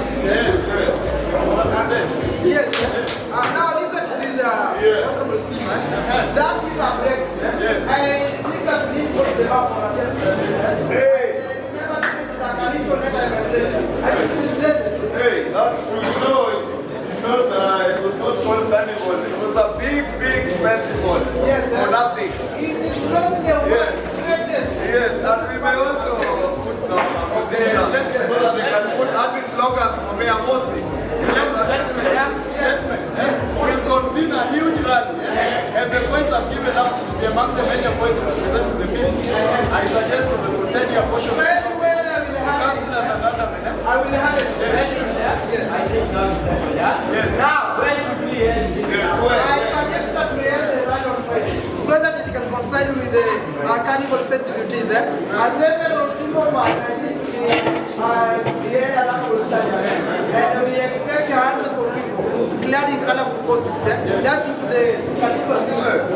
You are saying unfortunately. Unfortunately, Yes. there is a right. What are the Yes.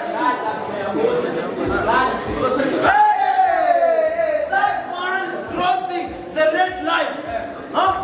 That man is crossing the red line. Actually, we may not know what has hit. Gentlemen, let's have the rally on Wednesday. We surely need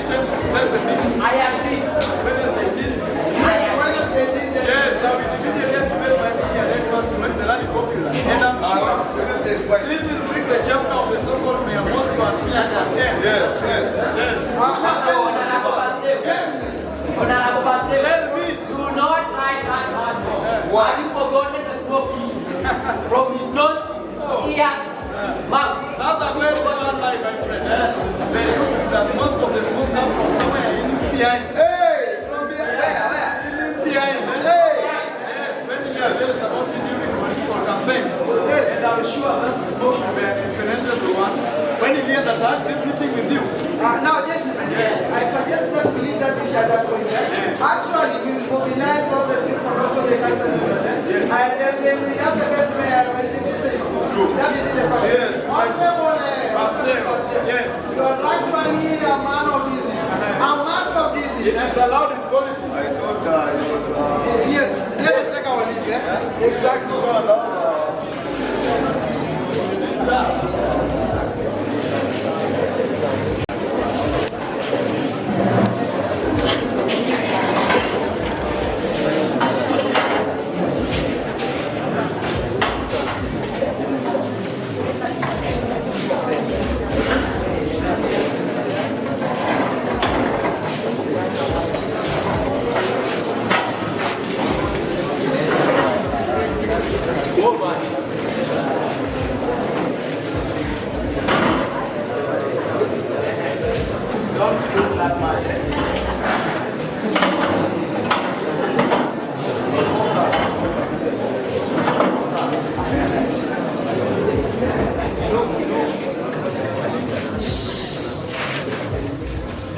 Montano. Good morning, class. Good morning, This class is a mess. You, can you pull your chair left to the left? You.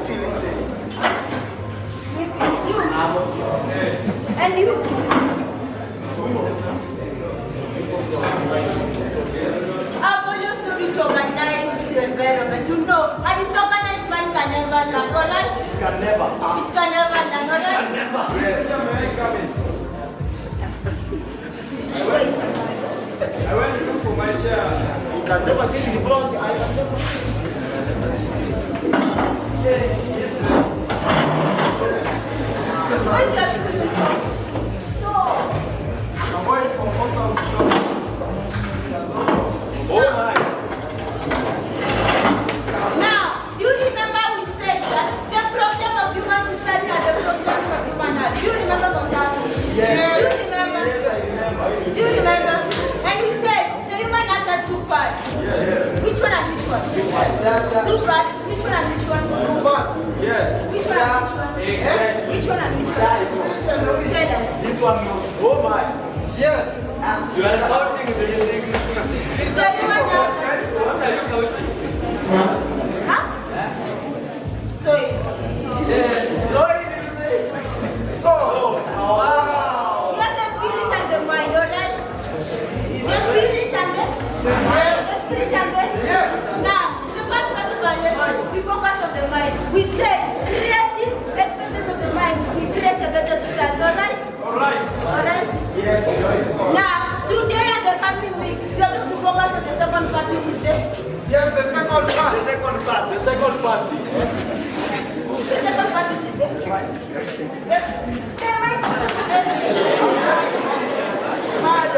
Now, we are going to focus on the second part, which is the second part. I said it later. The spirit and the spirit now, the second Yes, part. the mind. The mind. Now, everything that's created, as it rules or not, as it rules and does. Now, as for the road and vehicles, we have what we call what? Wow, what's that? Yes. We have what? We have what we call You are not clapping. He's not clapping. we are not clapping for Montano. Now, what happens when you don't obey those traffic rules? When you don't obey traffic rules? When we don't obey. Yes. When you don't obey traffic rules? I think that's it. When you don't obey traffic rules, what? Yes, answer that. Next one. We have skills and sense. Yes. Skills, we have skills and sense. And what do accident leads to? Accident. Yes, I know that. Oh my. Accident. They will lead to death. Death. Another. Injuries. And the death. Yes. What and what? Pain. Yes. Business is also accident. Yes. Pain. Disabilities. And what? Give that. This one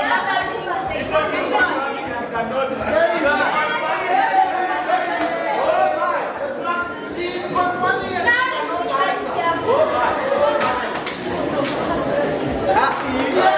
I just need to get a note.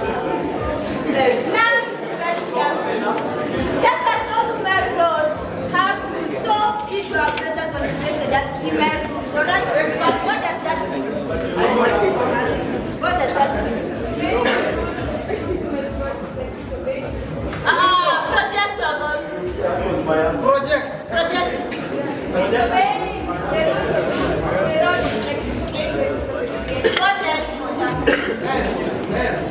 What else? Yes, it means that when we break the new year, we will not come to believe back. Wisdom. Why? That's right. Clap for me. It's not mine. Can you clap? Now, Montano. You look like my father. Montano. Oh my! It is God.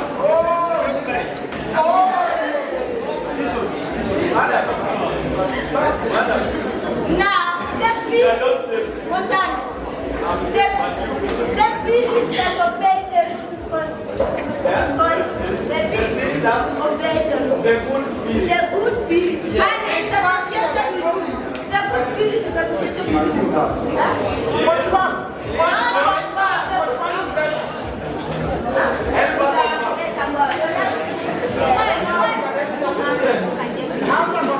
Still confirming and cannot.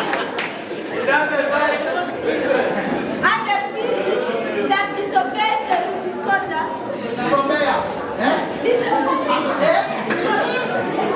evil spirit. It's associated with you. The destroyer. And that spirit we call it now. Illuminati.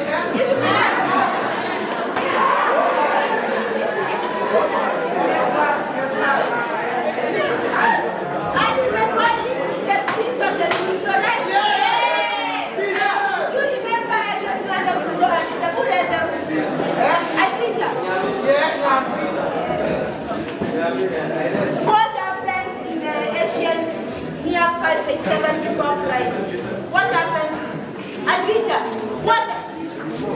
The fall of the long sleep of battle. Can you confirm for me? Confirm. She's right, eh? Yes, can you clap for her? And why were Jerusalem and temple destroyed? What happened? Why were they destroyed? The people disobeyed the law. They disobeyed what? The laws of the Creator. What laws? I know that. That's what I have. Yes, What laws? Do not steal. Do not steal. Do not steal. Do not steal. Do not cheat. Do not Yes, steal. and I remember This one. I know the last Do one. not steal. Mother. Do not steal.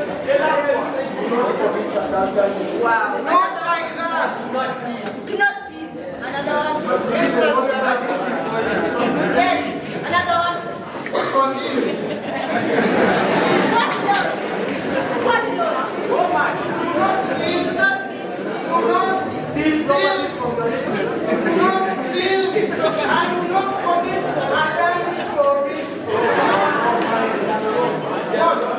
And how is them disobey our Creator? Yes. Yes. How is they disobey our Creator? Yes. Business. Never knows.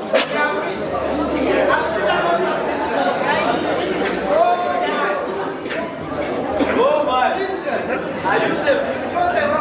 Montano.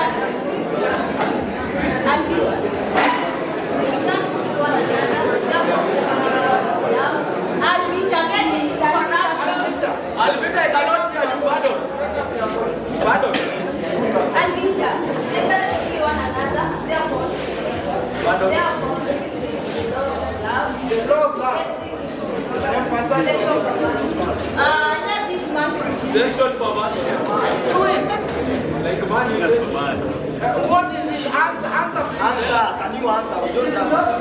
Ensure that the keeper forgets it. Yes. So, it was me. They lied. They also in the session.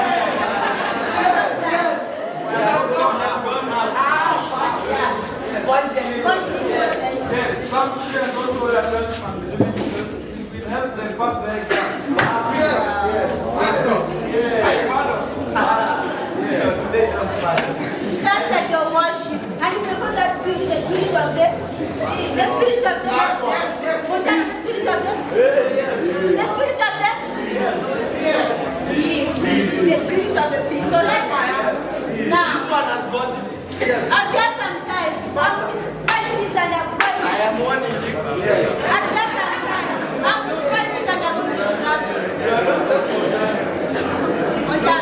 destruction. You may not find. Madam, they are gone. No. But Montano, you know what? You are disturbing, alright? You are disturbing. Now, municipalities undergoing destruction. At there sometimes, we will not find drugs in our hospital because of what? Because of what? Because of what? At there sometimes, police officers who tell you until you do what? You drive them.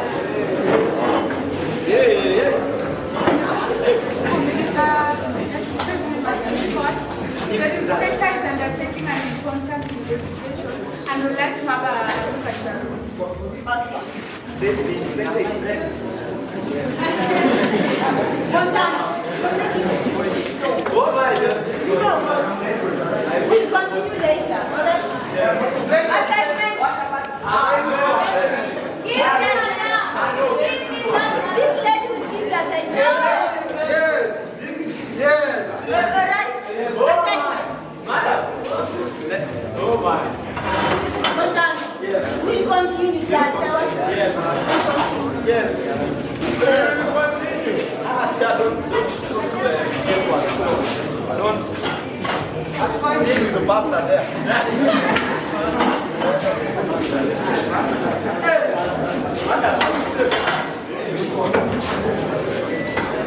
Let's go.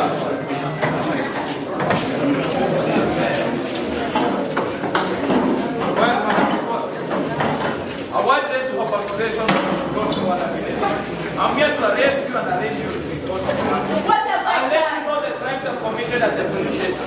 Meanwhile, you have a right to remain silent. Everything you say will be used against you in the court of law. I'm not going and I've done nothing Did wrong. you what you Yes, said? I did. Did you do No, what I you didn't. do you know that we have a legal and moral duty to obey our leaders? Is it a criminal to disobey his worship the mayor? I have obligation to do what's right, not to obey blame. And leaders are not allowed to do what's wrong. Madam Nicole, let me ask you. The matter of Samaritan is very weighty, and it is threatening the lives of most powerful people, and they're fighting it back. They might destroy your life. I'm a police officer, giving you a chance to secure your life. Do whatever the man is telling you to do. Don't fight a losing battle. I've made my choice to do what's right. And besides, the app has been taken over by the National Communication Technology Company. I understand that to mean you are ready for a fight. Now, we understand. Are you aware that the signal of your phone was once located in the scene of murder? That's preposterous. You can't fabricate crimes against me. I'm going to see Madam Mossi.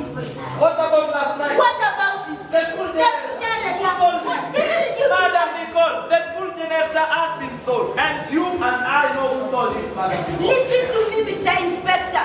Do not try to fabricate crimes against me. It will take you nowhere. And if you insist, it will be the darkest day in your Are life. you trying to threaten a police officer, Madam Nicole? You can't break the law by accusing the crimes of not. You're just confirming some of the accusations brought against you. Which You are have a reputation of being so strong to the school. And what crime is that? But don't you think there's a very interesting officers? Yes, sir. A job is calling here. Come, officers. Yes. Where is it? Yes. Where is it? Where is it? Where What? are we You can getting? walk. The Samaritan. Show some seriousness. Whenever you see me personally involved in this arrest, know that it's serious, as serious as death. I have nothing to do with the Samaritan. If you want it, just go and get Hey, woman, show some seriousness. This is not a... About what? Are you ready to talk? About what? The Samaritan. Mr. Inspector, I'm not guilty and I refuse to be intimidated. Madam Nicole, we know that the Samaritan app is a great child. And you are just using these two students as a cover-up. And that is a grave danger to the society, Madam Nicole. Mr. Inspector, when the Samaritan asked you to fight environmental degradation, is that dangerous? Fighting environmental degradation is none of the school business. We have a very competent agency to deal with environmental degradation. Are you stopping it or not, Madam Nicole? Mr. Inspector, when the Samaritan asked you to know who supplies the municipality, is that That is dangerous? not any business of a matter of a Samaritan, Madam Nicole. The question is simple. Are you stopping it or not? Mr. Inspector, when the Samaritan asked you to obtain information on criminal gang, is that I dangerous? don't need any idiot of a Is that Samaritan. dangerous? I don't need any idiot of a Samaritan to help me do my job. I'm a very highly trained police officer. I can do my job. The question is simple. Are you stopping it or not? Then how can I stop something that's neither mine nor my custom? How? Then you'll have to tell the two students to stop. Why should It's I? all the right thing to do. I have no right to dictate what they do in their house. Madam Nicole, just as I told you, the Samaritan app is your brainchild, and the two students are just a cover-up. You have an evil plan, Madam Nicole. Mr. Inspector, the Samaritan app has no personal agenda. Just as I told you. Just a school project for the two students. Just- And it's just a platform. Madam Nicole, just as I told, the Samaritan app is your brainchild. And you are not stopping me. Do you know that you are a very dangerous woman? Am I a dangerous woman? No. Am I a dangerous woman? Yes. I'm just a secret teacher who is trying to do what's No, right. you're not stopping me there, Madam Nicole. You're not stopping me. Officer, yes. Leave me alone. No. Set me free now.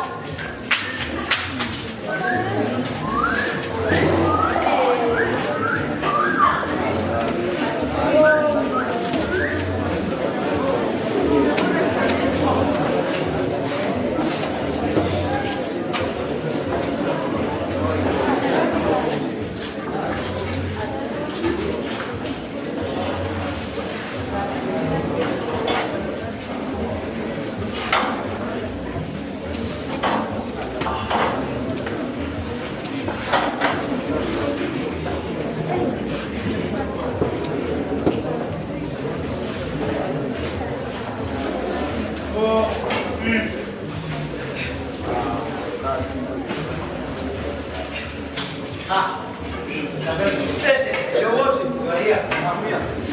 I'm fine. Your worship, we are doomed, aren't we? We are doomed. That is the nature of war. But I prefer that than appear. Oh, those are tough doing. Are they not? I went to visit the teacher last Friday after she told me she had refused to comply. I tried talking to her, but she appeared just as stubborn as you say. Yeah. I arrested her and accused her of disobeying authorities and stealing the school generator. And you know what? Word of her arrest apparently spread like bushfire. By the time she was being arraigned in court, thousands of protested women, men and students, and gathered around the court premises. I suspect they were mobilized by this app called the Samaritan. Would you believe the fools I said to steal the school generator were unable? I'm now badly embarrassed. Yes. I agree, and I'm well aware of the situation. And I think that teacher will present problems for us. She seems to be so tough. That is very true. My bosses have not summoned me at the headquarters on account of her arrest. I have no ideas left other than flee to the mountains, maybe hide there and get something to stay, time to stay there. Today is the morning. I stepped on one of my shoelaces, got entangled and fell down badly. My knees, elbows and heads are now aching. I now know I'm ruined. That's very tough, very tough.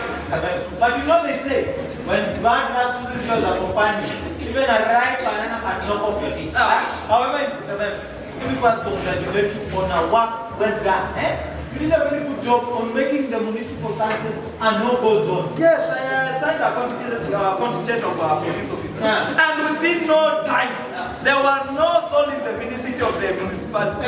It was deserted, but they are regrouping. I have an information from a closer police that they are planning to host a massive political rally at Stadium on Wednesday. What do you mean? We cannot allow this to happen. We have to go ahead. I promise you, it won't happen. We will stop them the same way we stopped the meeting at the municipal. But do you think the ready was going to be able to handle it at the same time? Yes. But I'll get some getaways. Who will I think we'll do so. We'll make it another round of smoke standard. Yes. They will burn plastic bags, tires, and everything there. But ultimately that was I have an information that the anti-corruption investigation bureau will soon move in here. You know what? Justice needed holds the key to all of this. However, I talked to him that we still at the matter.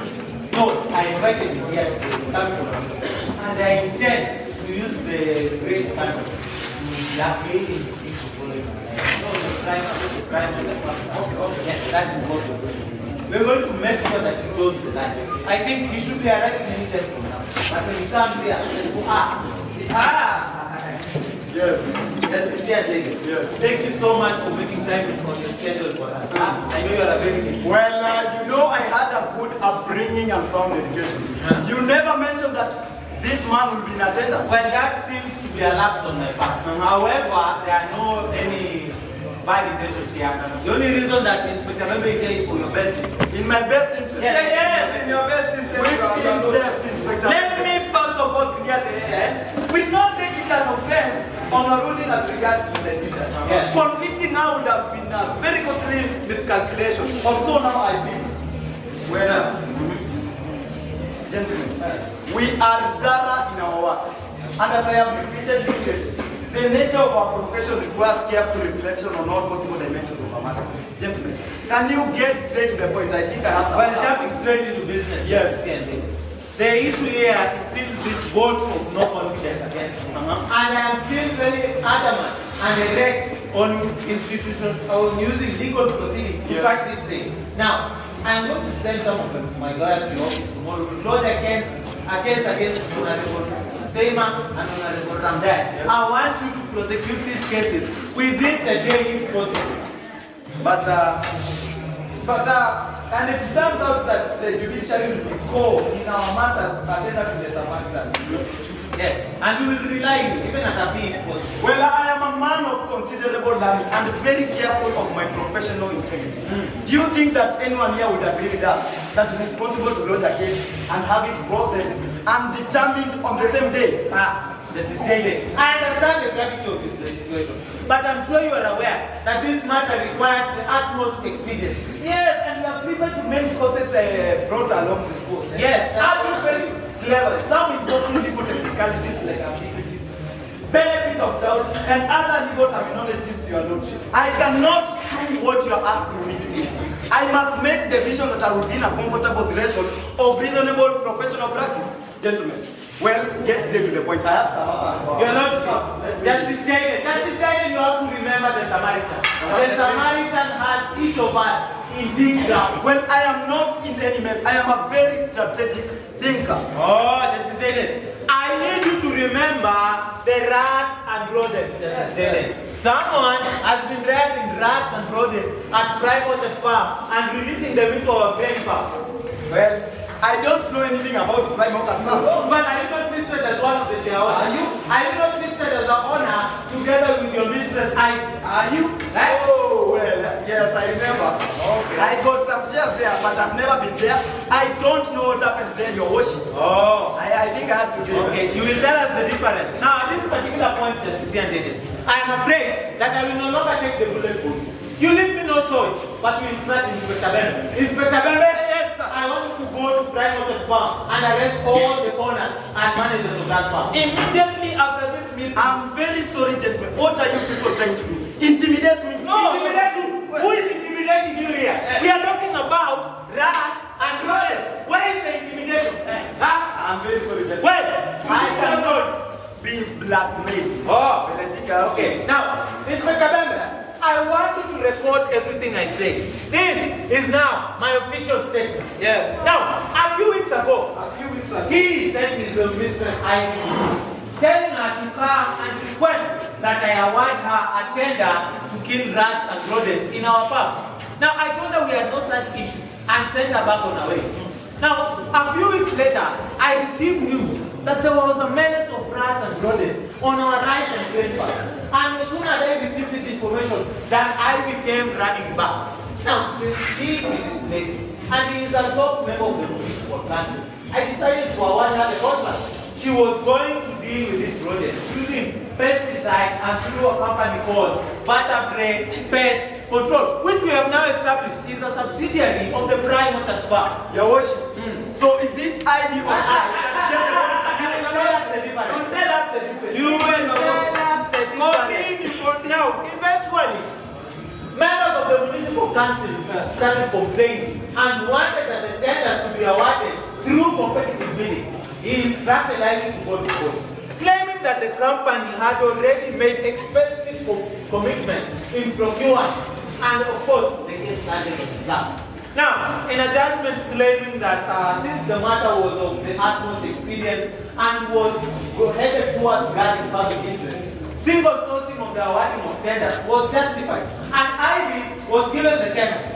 Now, the gist of the matter here is they were rearing rats and rodents at Prime Orchard Farm, and then releasing them into our rice and grain farms, killing them and parading them around in front of the people and going back and doing it again. Now, their plan here was to undermine the local production of grain. And as we are all well aware, Prime Orchard Farm is a main importer of grain. As you know, that is what he was doing. And he pretends here he knows that thing about it. Well, I can most solemnly swear, Your Worship, that I don't know anything that is happening in the Prime Orchard Farm. Ah, you don't know anything. You just shut up. I will tell you what is happening. Just shut up. Now, eventually, Prime Orchard Farm was soon in connection with the rats and rodents on our farm. Now, he advised his mistress again to head to the court. And in a very complicated ruling, where he cited the good book, claiming that the occurrence of pests and diseases was of natural phenomena and therefore could not be blamed on a single entity alone. And I think went scot-free. Now, eventually, these rats and rodents started giving back. And eventually we had more rats and rodents on our granaries than we had grain. That is a very crucial detail. Due to the consequence of the accused, there are more rodents than zeros in the municipality. I could not have put it any better. Now, eventually, Honorable Basdeo and Honorable Sema were made aware of the situation. And they went ahead to Ivy, blackmailing her through what they called the Rodent Gate affair. Now, to keep them quiet, Ivy awarded them some shares and made them co-owners in the company. And just like that, they were roped into the mud. Don't you think this is the worst evil a judge can do? Well, this is just a mere small issue compared to what he has done in the past. Now, eventually, in complicated ruling, he started making rulings in court, claiming that the rats had an attitude. He claimed that the rats had an attitude. And in another ruling, he also claimed that the cats were trained to somersault and had a sense of humor. But do you know what was happening here? Now, you see these rats were mostly just domestic rats because they were reared in cages at Prime Orchard Farm around humans. Now, if you meet them in a granary, they will not give you the right of way because to them, you are their friend. Now, to trick the public into believing that they had an attitude, you say they have an attitude. And how on earth could a rodent have an attitude? Well, that was just the trick. Eventually, even the cats that they brought, I'm sure you had it, that they had a sense of humor and they could somersault. Your Worship, Shut up and let me know. how on earth can I say that, Your Worship? Your worship. You will tell us the difference. Your worship. You see, I want to file a watertight case. Now, in another ruling, eventually these cats were brought. But do you know what? They were such huge brutes. I don't even know who gave birth to these cats. They didn't even feed on rats and rodents. All they did, I think they feed on chicken. Now, in a series of rulings, that were very complicated for us to understand. The sincere judge supported his mistress, and that is who he is. Huh? Just your Lord, this matter comes to me. I have to rush to the police station. Yes. I'll be sending the police to bring him to the police station. And this is how it's going to go down in history. Yes. As Justice Ian Jaden, the most corrupt judge to sit on the chair of Marathas municipality. We can deal, but we have to be strategic. That is what I've been trying to say all along. Strategic. Deal with who? Inspector Bembe, go and find these cases immediately. Yes. But your worship, we can deal. Now you want us. Now you want us. That is what I've been trying to tell you. What you've been trying to say what? Keep distance. Hey! Give him a chance. Well, I will agree to it under one condition. Under one condition. Now, this is the agenda. You said you want us to do. Now, this is what we are going to do. We are going to rest under the condition that you are going to prosecute Honorable Sema and Honorable Bateo in relation to the Rodent Gate affair. And you are going to prosecute Honorable Ted King and Honorable Sema in relation to providing air to the municipal council. Now, lawyers of the municipal council will come to your bench tomorrow and lodge these cases in front of you. I want you to prosecute them within the day. Am I clear? Am I clear? Yes, your worship. Yeah. Well, if you do so, and you know what will happen to you. Inspector Bembe, let's go.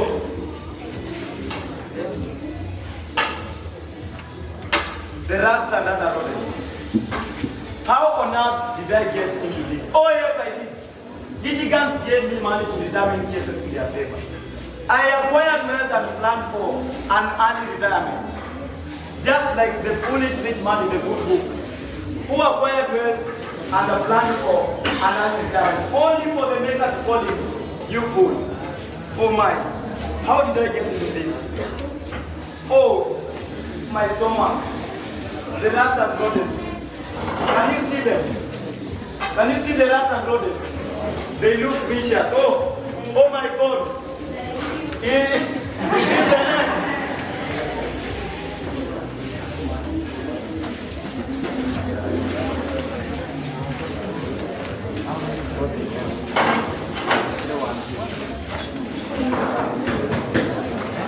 Yes, please come in. Yes. Please have a seat. Well, Mr. I am in a mess and it concerns Samaritan. You know, we have come a long way. But your lordship, I'm in no better position. I'm also accused of fraudulent crimes. Are you not a bonus? Well, you see, I've never set out to do anything wrong. I've never stolen, nor have I done anything wrong intentionally. I'll be crucified for the wrongs that Mayor Mossi tells me to do. But don't worry about me. Well, as for me, my wife, my children, and I are fasting and praying, and our God sees in this case. I've never seen my God who disappoints. Well, we must figure out a way of helping one another.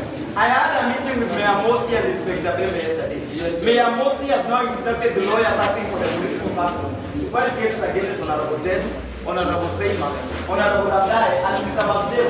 He wants me to take the quadrant as soon as legally possible. Indeed, the mayor will do anything in his part. Well, the mayor's demands goes in at 11. How? Is the court is not guilty? You see, the problem is that I cannot convict Mr. Bateo. I got unwittingly entangled into the same affair that Mayor Mossi wants me to put them in jail. Maybe you should dissuade for yourself from getting the court. Even then, my name would still be dragged into the cases. You know, the rulings that I made complicate my interest as a public party. Oh my. You know, and I also got shares with the company which Mayor Mossi wants me to put them in jail. You mean you got entangled in a scandal with your name? My brother. To error is human. You see, a judge does not operate in a vacuum. The ills prevailing the search affect his rulings, thinkings, and actions. You see, his thinkings are a reflection of the prevailing culture in the society. You should stand firm. Oh, my stomach. You know, I have always had that sanitation. Hey! Maybe you get something acidic. You know, I took the Italian crab and I had a here. Now, the inspector of police was this place was also here. I now strongly suspect that he spat something on my food somewhere in the kitchen. Then if that is the case, yes, I have a suggestion. you will have to spend some more time here and there in the washroom. That will help you clear the stomach. You said you had something on your body. Yes, but I don't see other effect. But this is the fundamental principle of philosophy of utilitarianism. And which is the principle of the greatest happiness for the greatest number of people. It means that when confronted in a situation where you must make a decision, always make a decision that will result in the greatest happiness for the greatest number of people. How does that apply to the current Well, I am thinking of it as an alternative solution. So, you mean we should take Mayor Mossi and this team to the endowment? Look here, my brother. Mayor Mossi is that chance. Honorable Basteo is not comfortable. Mayor Mossi is not clean. Neither is Honorable Basteo. Why don't we come together and talk about this? It will be not in the interest of anyone if this matter escalates beyond this point. Do you get what I'm trying to say? If we come together, we win together. If we fight, we lose. I want you to reach out to them with this information because I know that you can. So, you mean we should secure our children? Yes, so that you can deal with the Samaritan as one united force. Okay. I see now I'm trying. I'll try talking to both parties. Please do so and arrange for a meeting.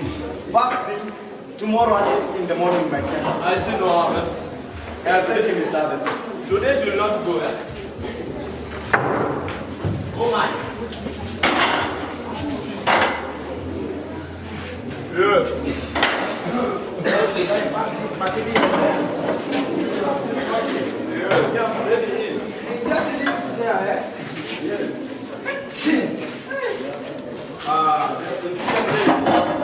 How can you come with a tractor?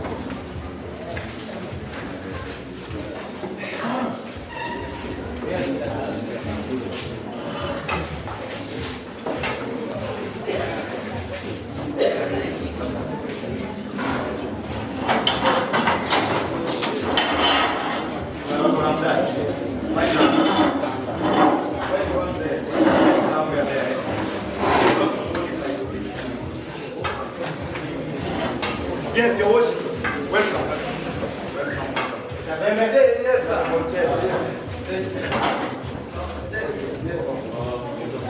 Your worship.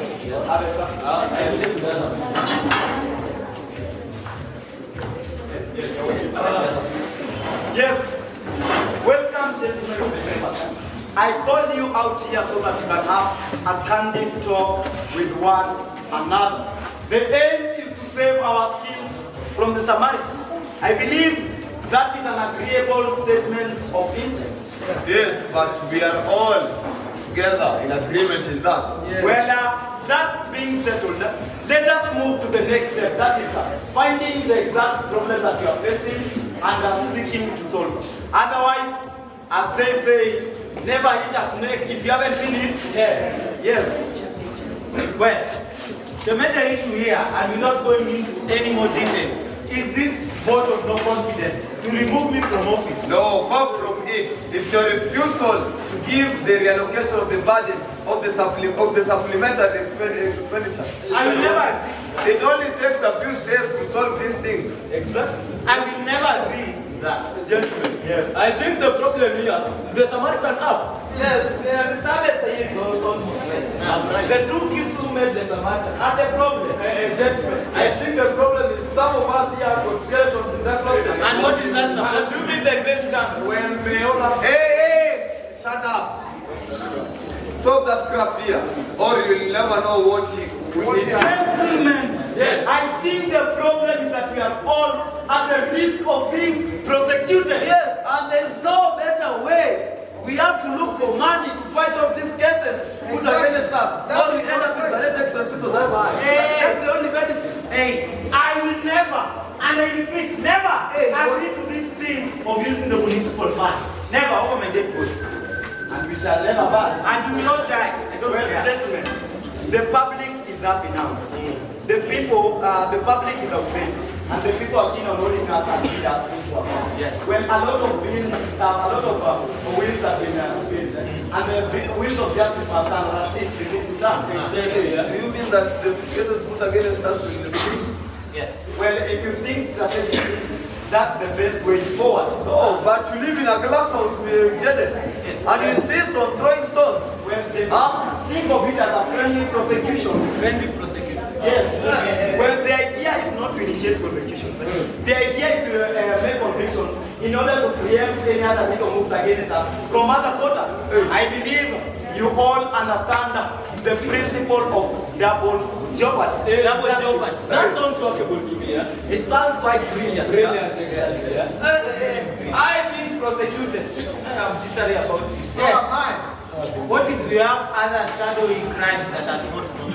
No, gentlemen, I think that is a good idea. But I have another idea. What idea? The idea is to find a people, friendly people, to lodge cases against us and argue that the Samaritan is infringing on the right to privacy. Indulging into people's private lives and exposing it into the public domain. I having a case in court still gives me release. Witness, sir. What should we do on the past? Gentlemen, that idea of privacy sounds good, but why don't you see the ethics and innovation teacher? The ethics and innovation teacher. Yes. I tried everything with that woman. I tried intimidation. It did not work. I even tried coercing her with a box of chocolate. She still did not budge. No, Your Worship, wait. Supposing we talk to her and she turns out to be a kid, how will she be aware to us? You know, the public is outraged and the media is releasing the scandals. The situation is out of our hands now. Yes. But now, you know that she is a very beautiful woman, Very beautiful woman. You should look at her legs. Instead of matters that you're dealing about, you need to grow up there. These are serious matters. Grow up. Gentlemen, lay out for us here is not money. What is the power? We all need power. That teacher needs power too. Yes. I don't know why. Wisdom. You don't think that she is playing power politics? For the longest time, I suspected that was what was going on. Yes, I think we should offer Madam Nicole a higher rank in this municipality, if that's what she wants. Now, gentlemen, let's play power politics. How? We just simply say, we as municipal leaders, we found a lengthy consultation. And in order to show appreciation to whatever she's currently building, we decided to give her a senior position in this municipality. But you should not forget that the mandate of protecting this municipality is still vested in me as the mayor. That should remain clear. You know, I am longing to see her. They should be leaving right away. Grow up. Wait, it's not time for this. I think we should be organized here, Alex. I think we should be organized, gentlemen. Yes. When we go there, Justice Ian David will act as our spokesman and representative. Well, I have no problem in that. Yes. But I suggest that we should carry some boxes of chocolate. Yes. No, Your Worship, it is a useful incentive. No, it will only make matters worse. That woman cannot be tried. Okay. All we have to do is to call ahead and head there and inform the principal that we are on our way to the school right now. Wisdom. Am I clear? We should Now, be leaving. yes. Yes. Let's go over to the school.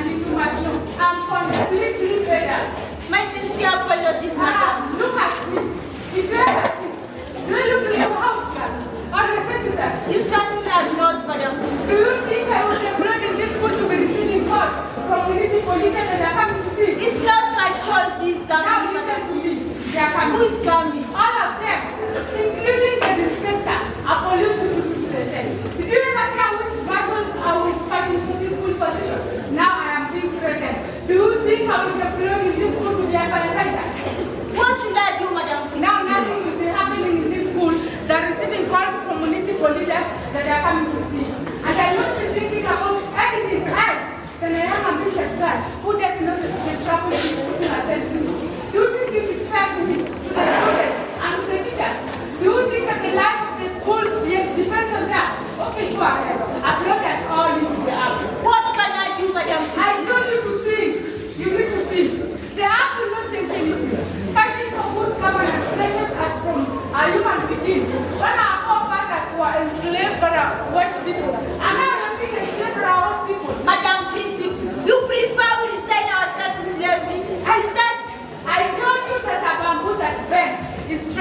up that receipt. If you can't turn the wind, then turn the sail.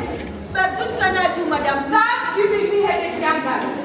They are coming, and we prefer what to discuss with them. For me, I have crucial matters to attend to my students. You therefore find out to put this matter into rest. If you don't find out to put this matter into rest, I'll have no choice but to grab you by your caption out of my vicinity through the nearest available opening. Do you understand? All right, Madam Principal. Do you understand? I understand, Madam Principal. That must be fair. And I promise I'll not sit in this meeting. It is not part of my mandate. But Madam Principal. Shut up. Excuse me, Madam Principal. You have visitors led by His Worship. Yes, the mayor. Yes, we are here. We are here. But Madam Principal, what can I do now? It's not my choice. Stop giving me headache.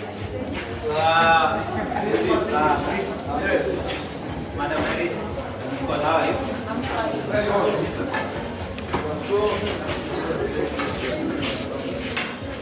Yes.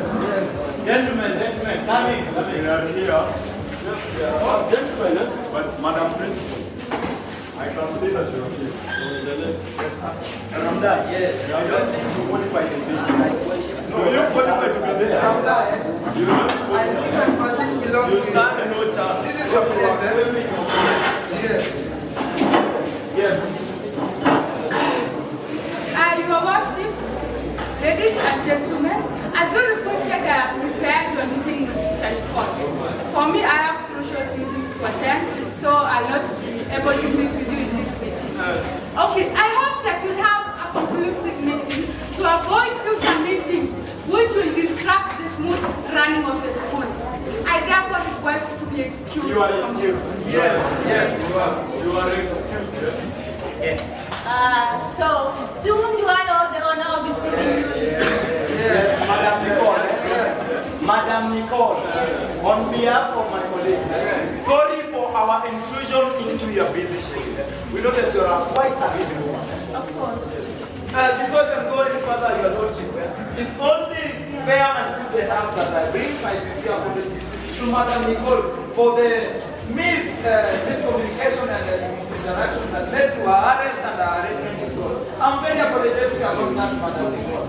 Yes, and before we proceed, Madam Nicole, I would also like to express my sincerest apology. You know why in the light of duty sometimes we step on the people here and there. Yes. But I can assure you that it is nothing personal. There was nothing personal in the matter of the Samaritan. So just a good project for the two students. You know what? I accept your apologies. And if I offended anyone, I also apologize. Yes, Madam Nicole. Here is the show. Madam Nicole. I have seen you several times, but I'm afraid that I'm not well acquainted with you, but I would like to offer you a present. Madam Nicole, move forward. Yes, here. Yes, you can understand just a bit. Relax. Madam Nicole. Hey. Wow, thank you. But my apologies, I don't realize.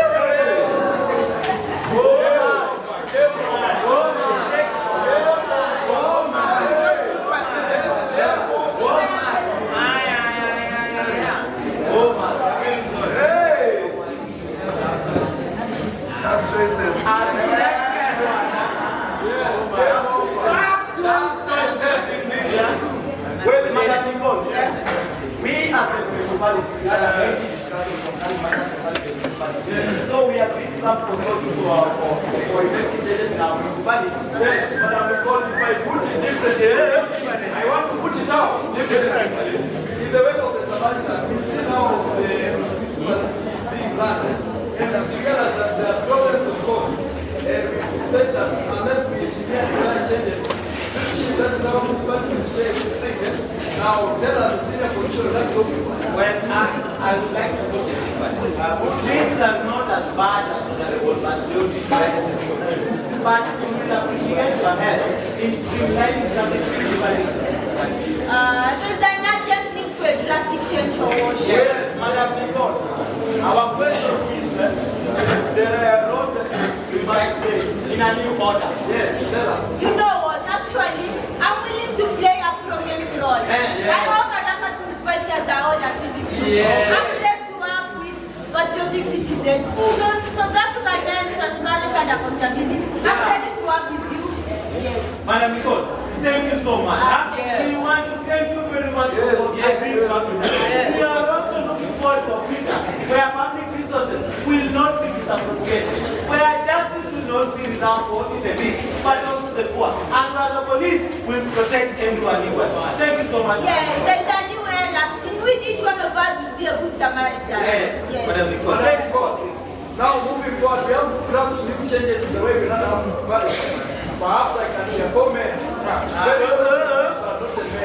Now tell us the senior position would like to occupy. I don't quite understand you. But Madam Nicole, let me put it differently. Put it differently. Madam Nicole, if I put it differently, if I do what? Put it differently. We are municipality. We are allowed to enter into contract to effect the municipality.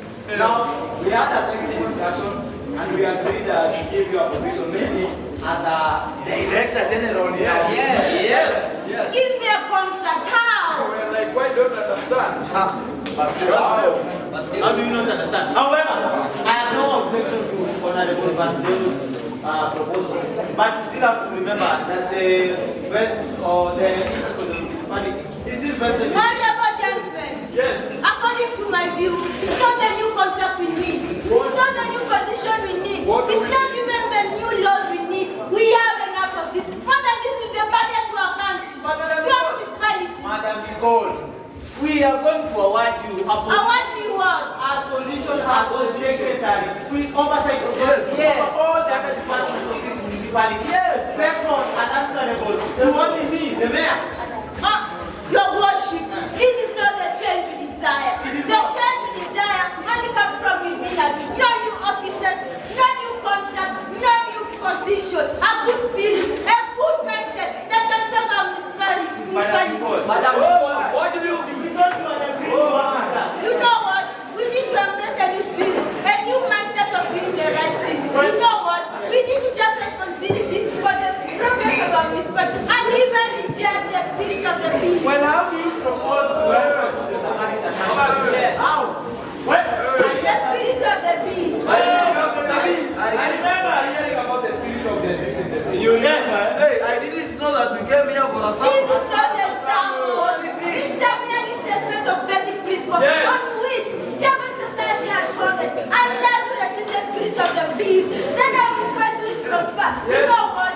The spirit of the beast will only lead to destruction. The spirit of the beast can't help us. Yes, I agree with you, Madam Nicole. Agree with you. And I want to tell you that there is no place like that. There is so vulnerable back there. Our municipality is over the brand, the value of brand gods, planted in our good food. They will be restored to our life and they will walk again. And you know what? By obeying our Creator, we save our municipality. Now tell us how Resisting the spirit of the beast can only do that. will you help us? By doing the right thing. Why are we running? The police. Remember, did you send for Yes.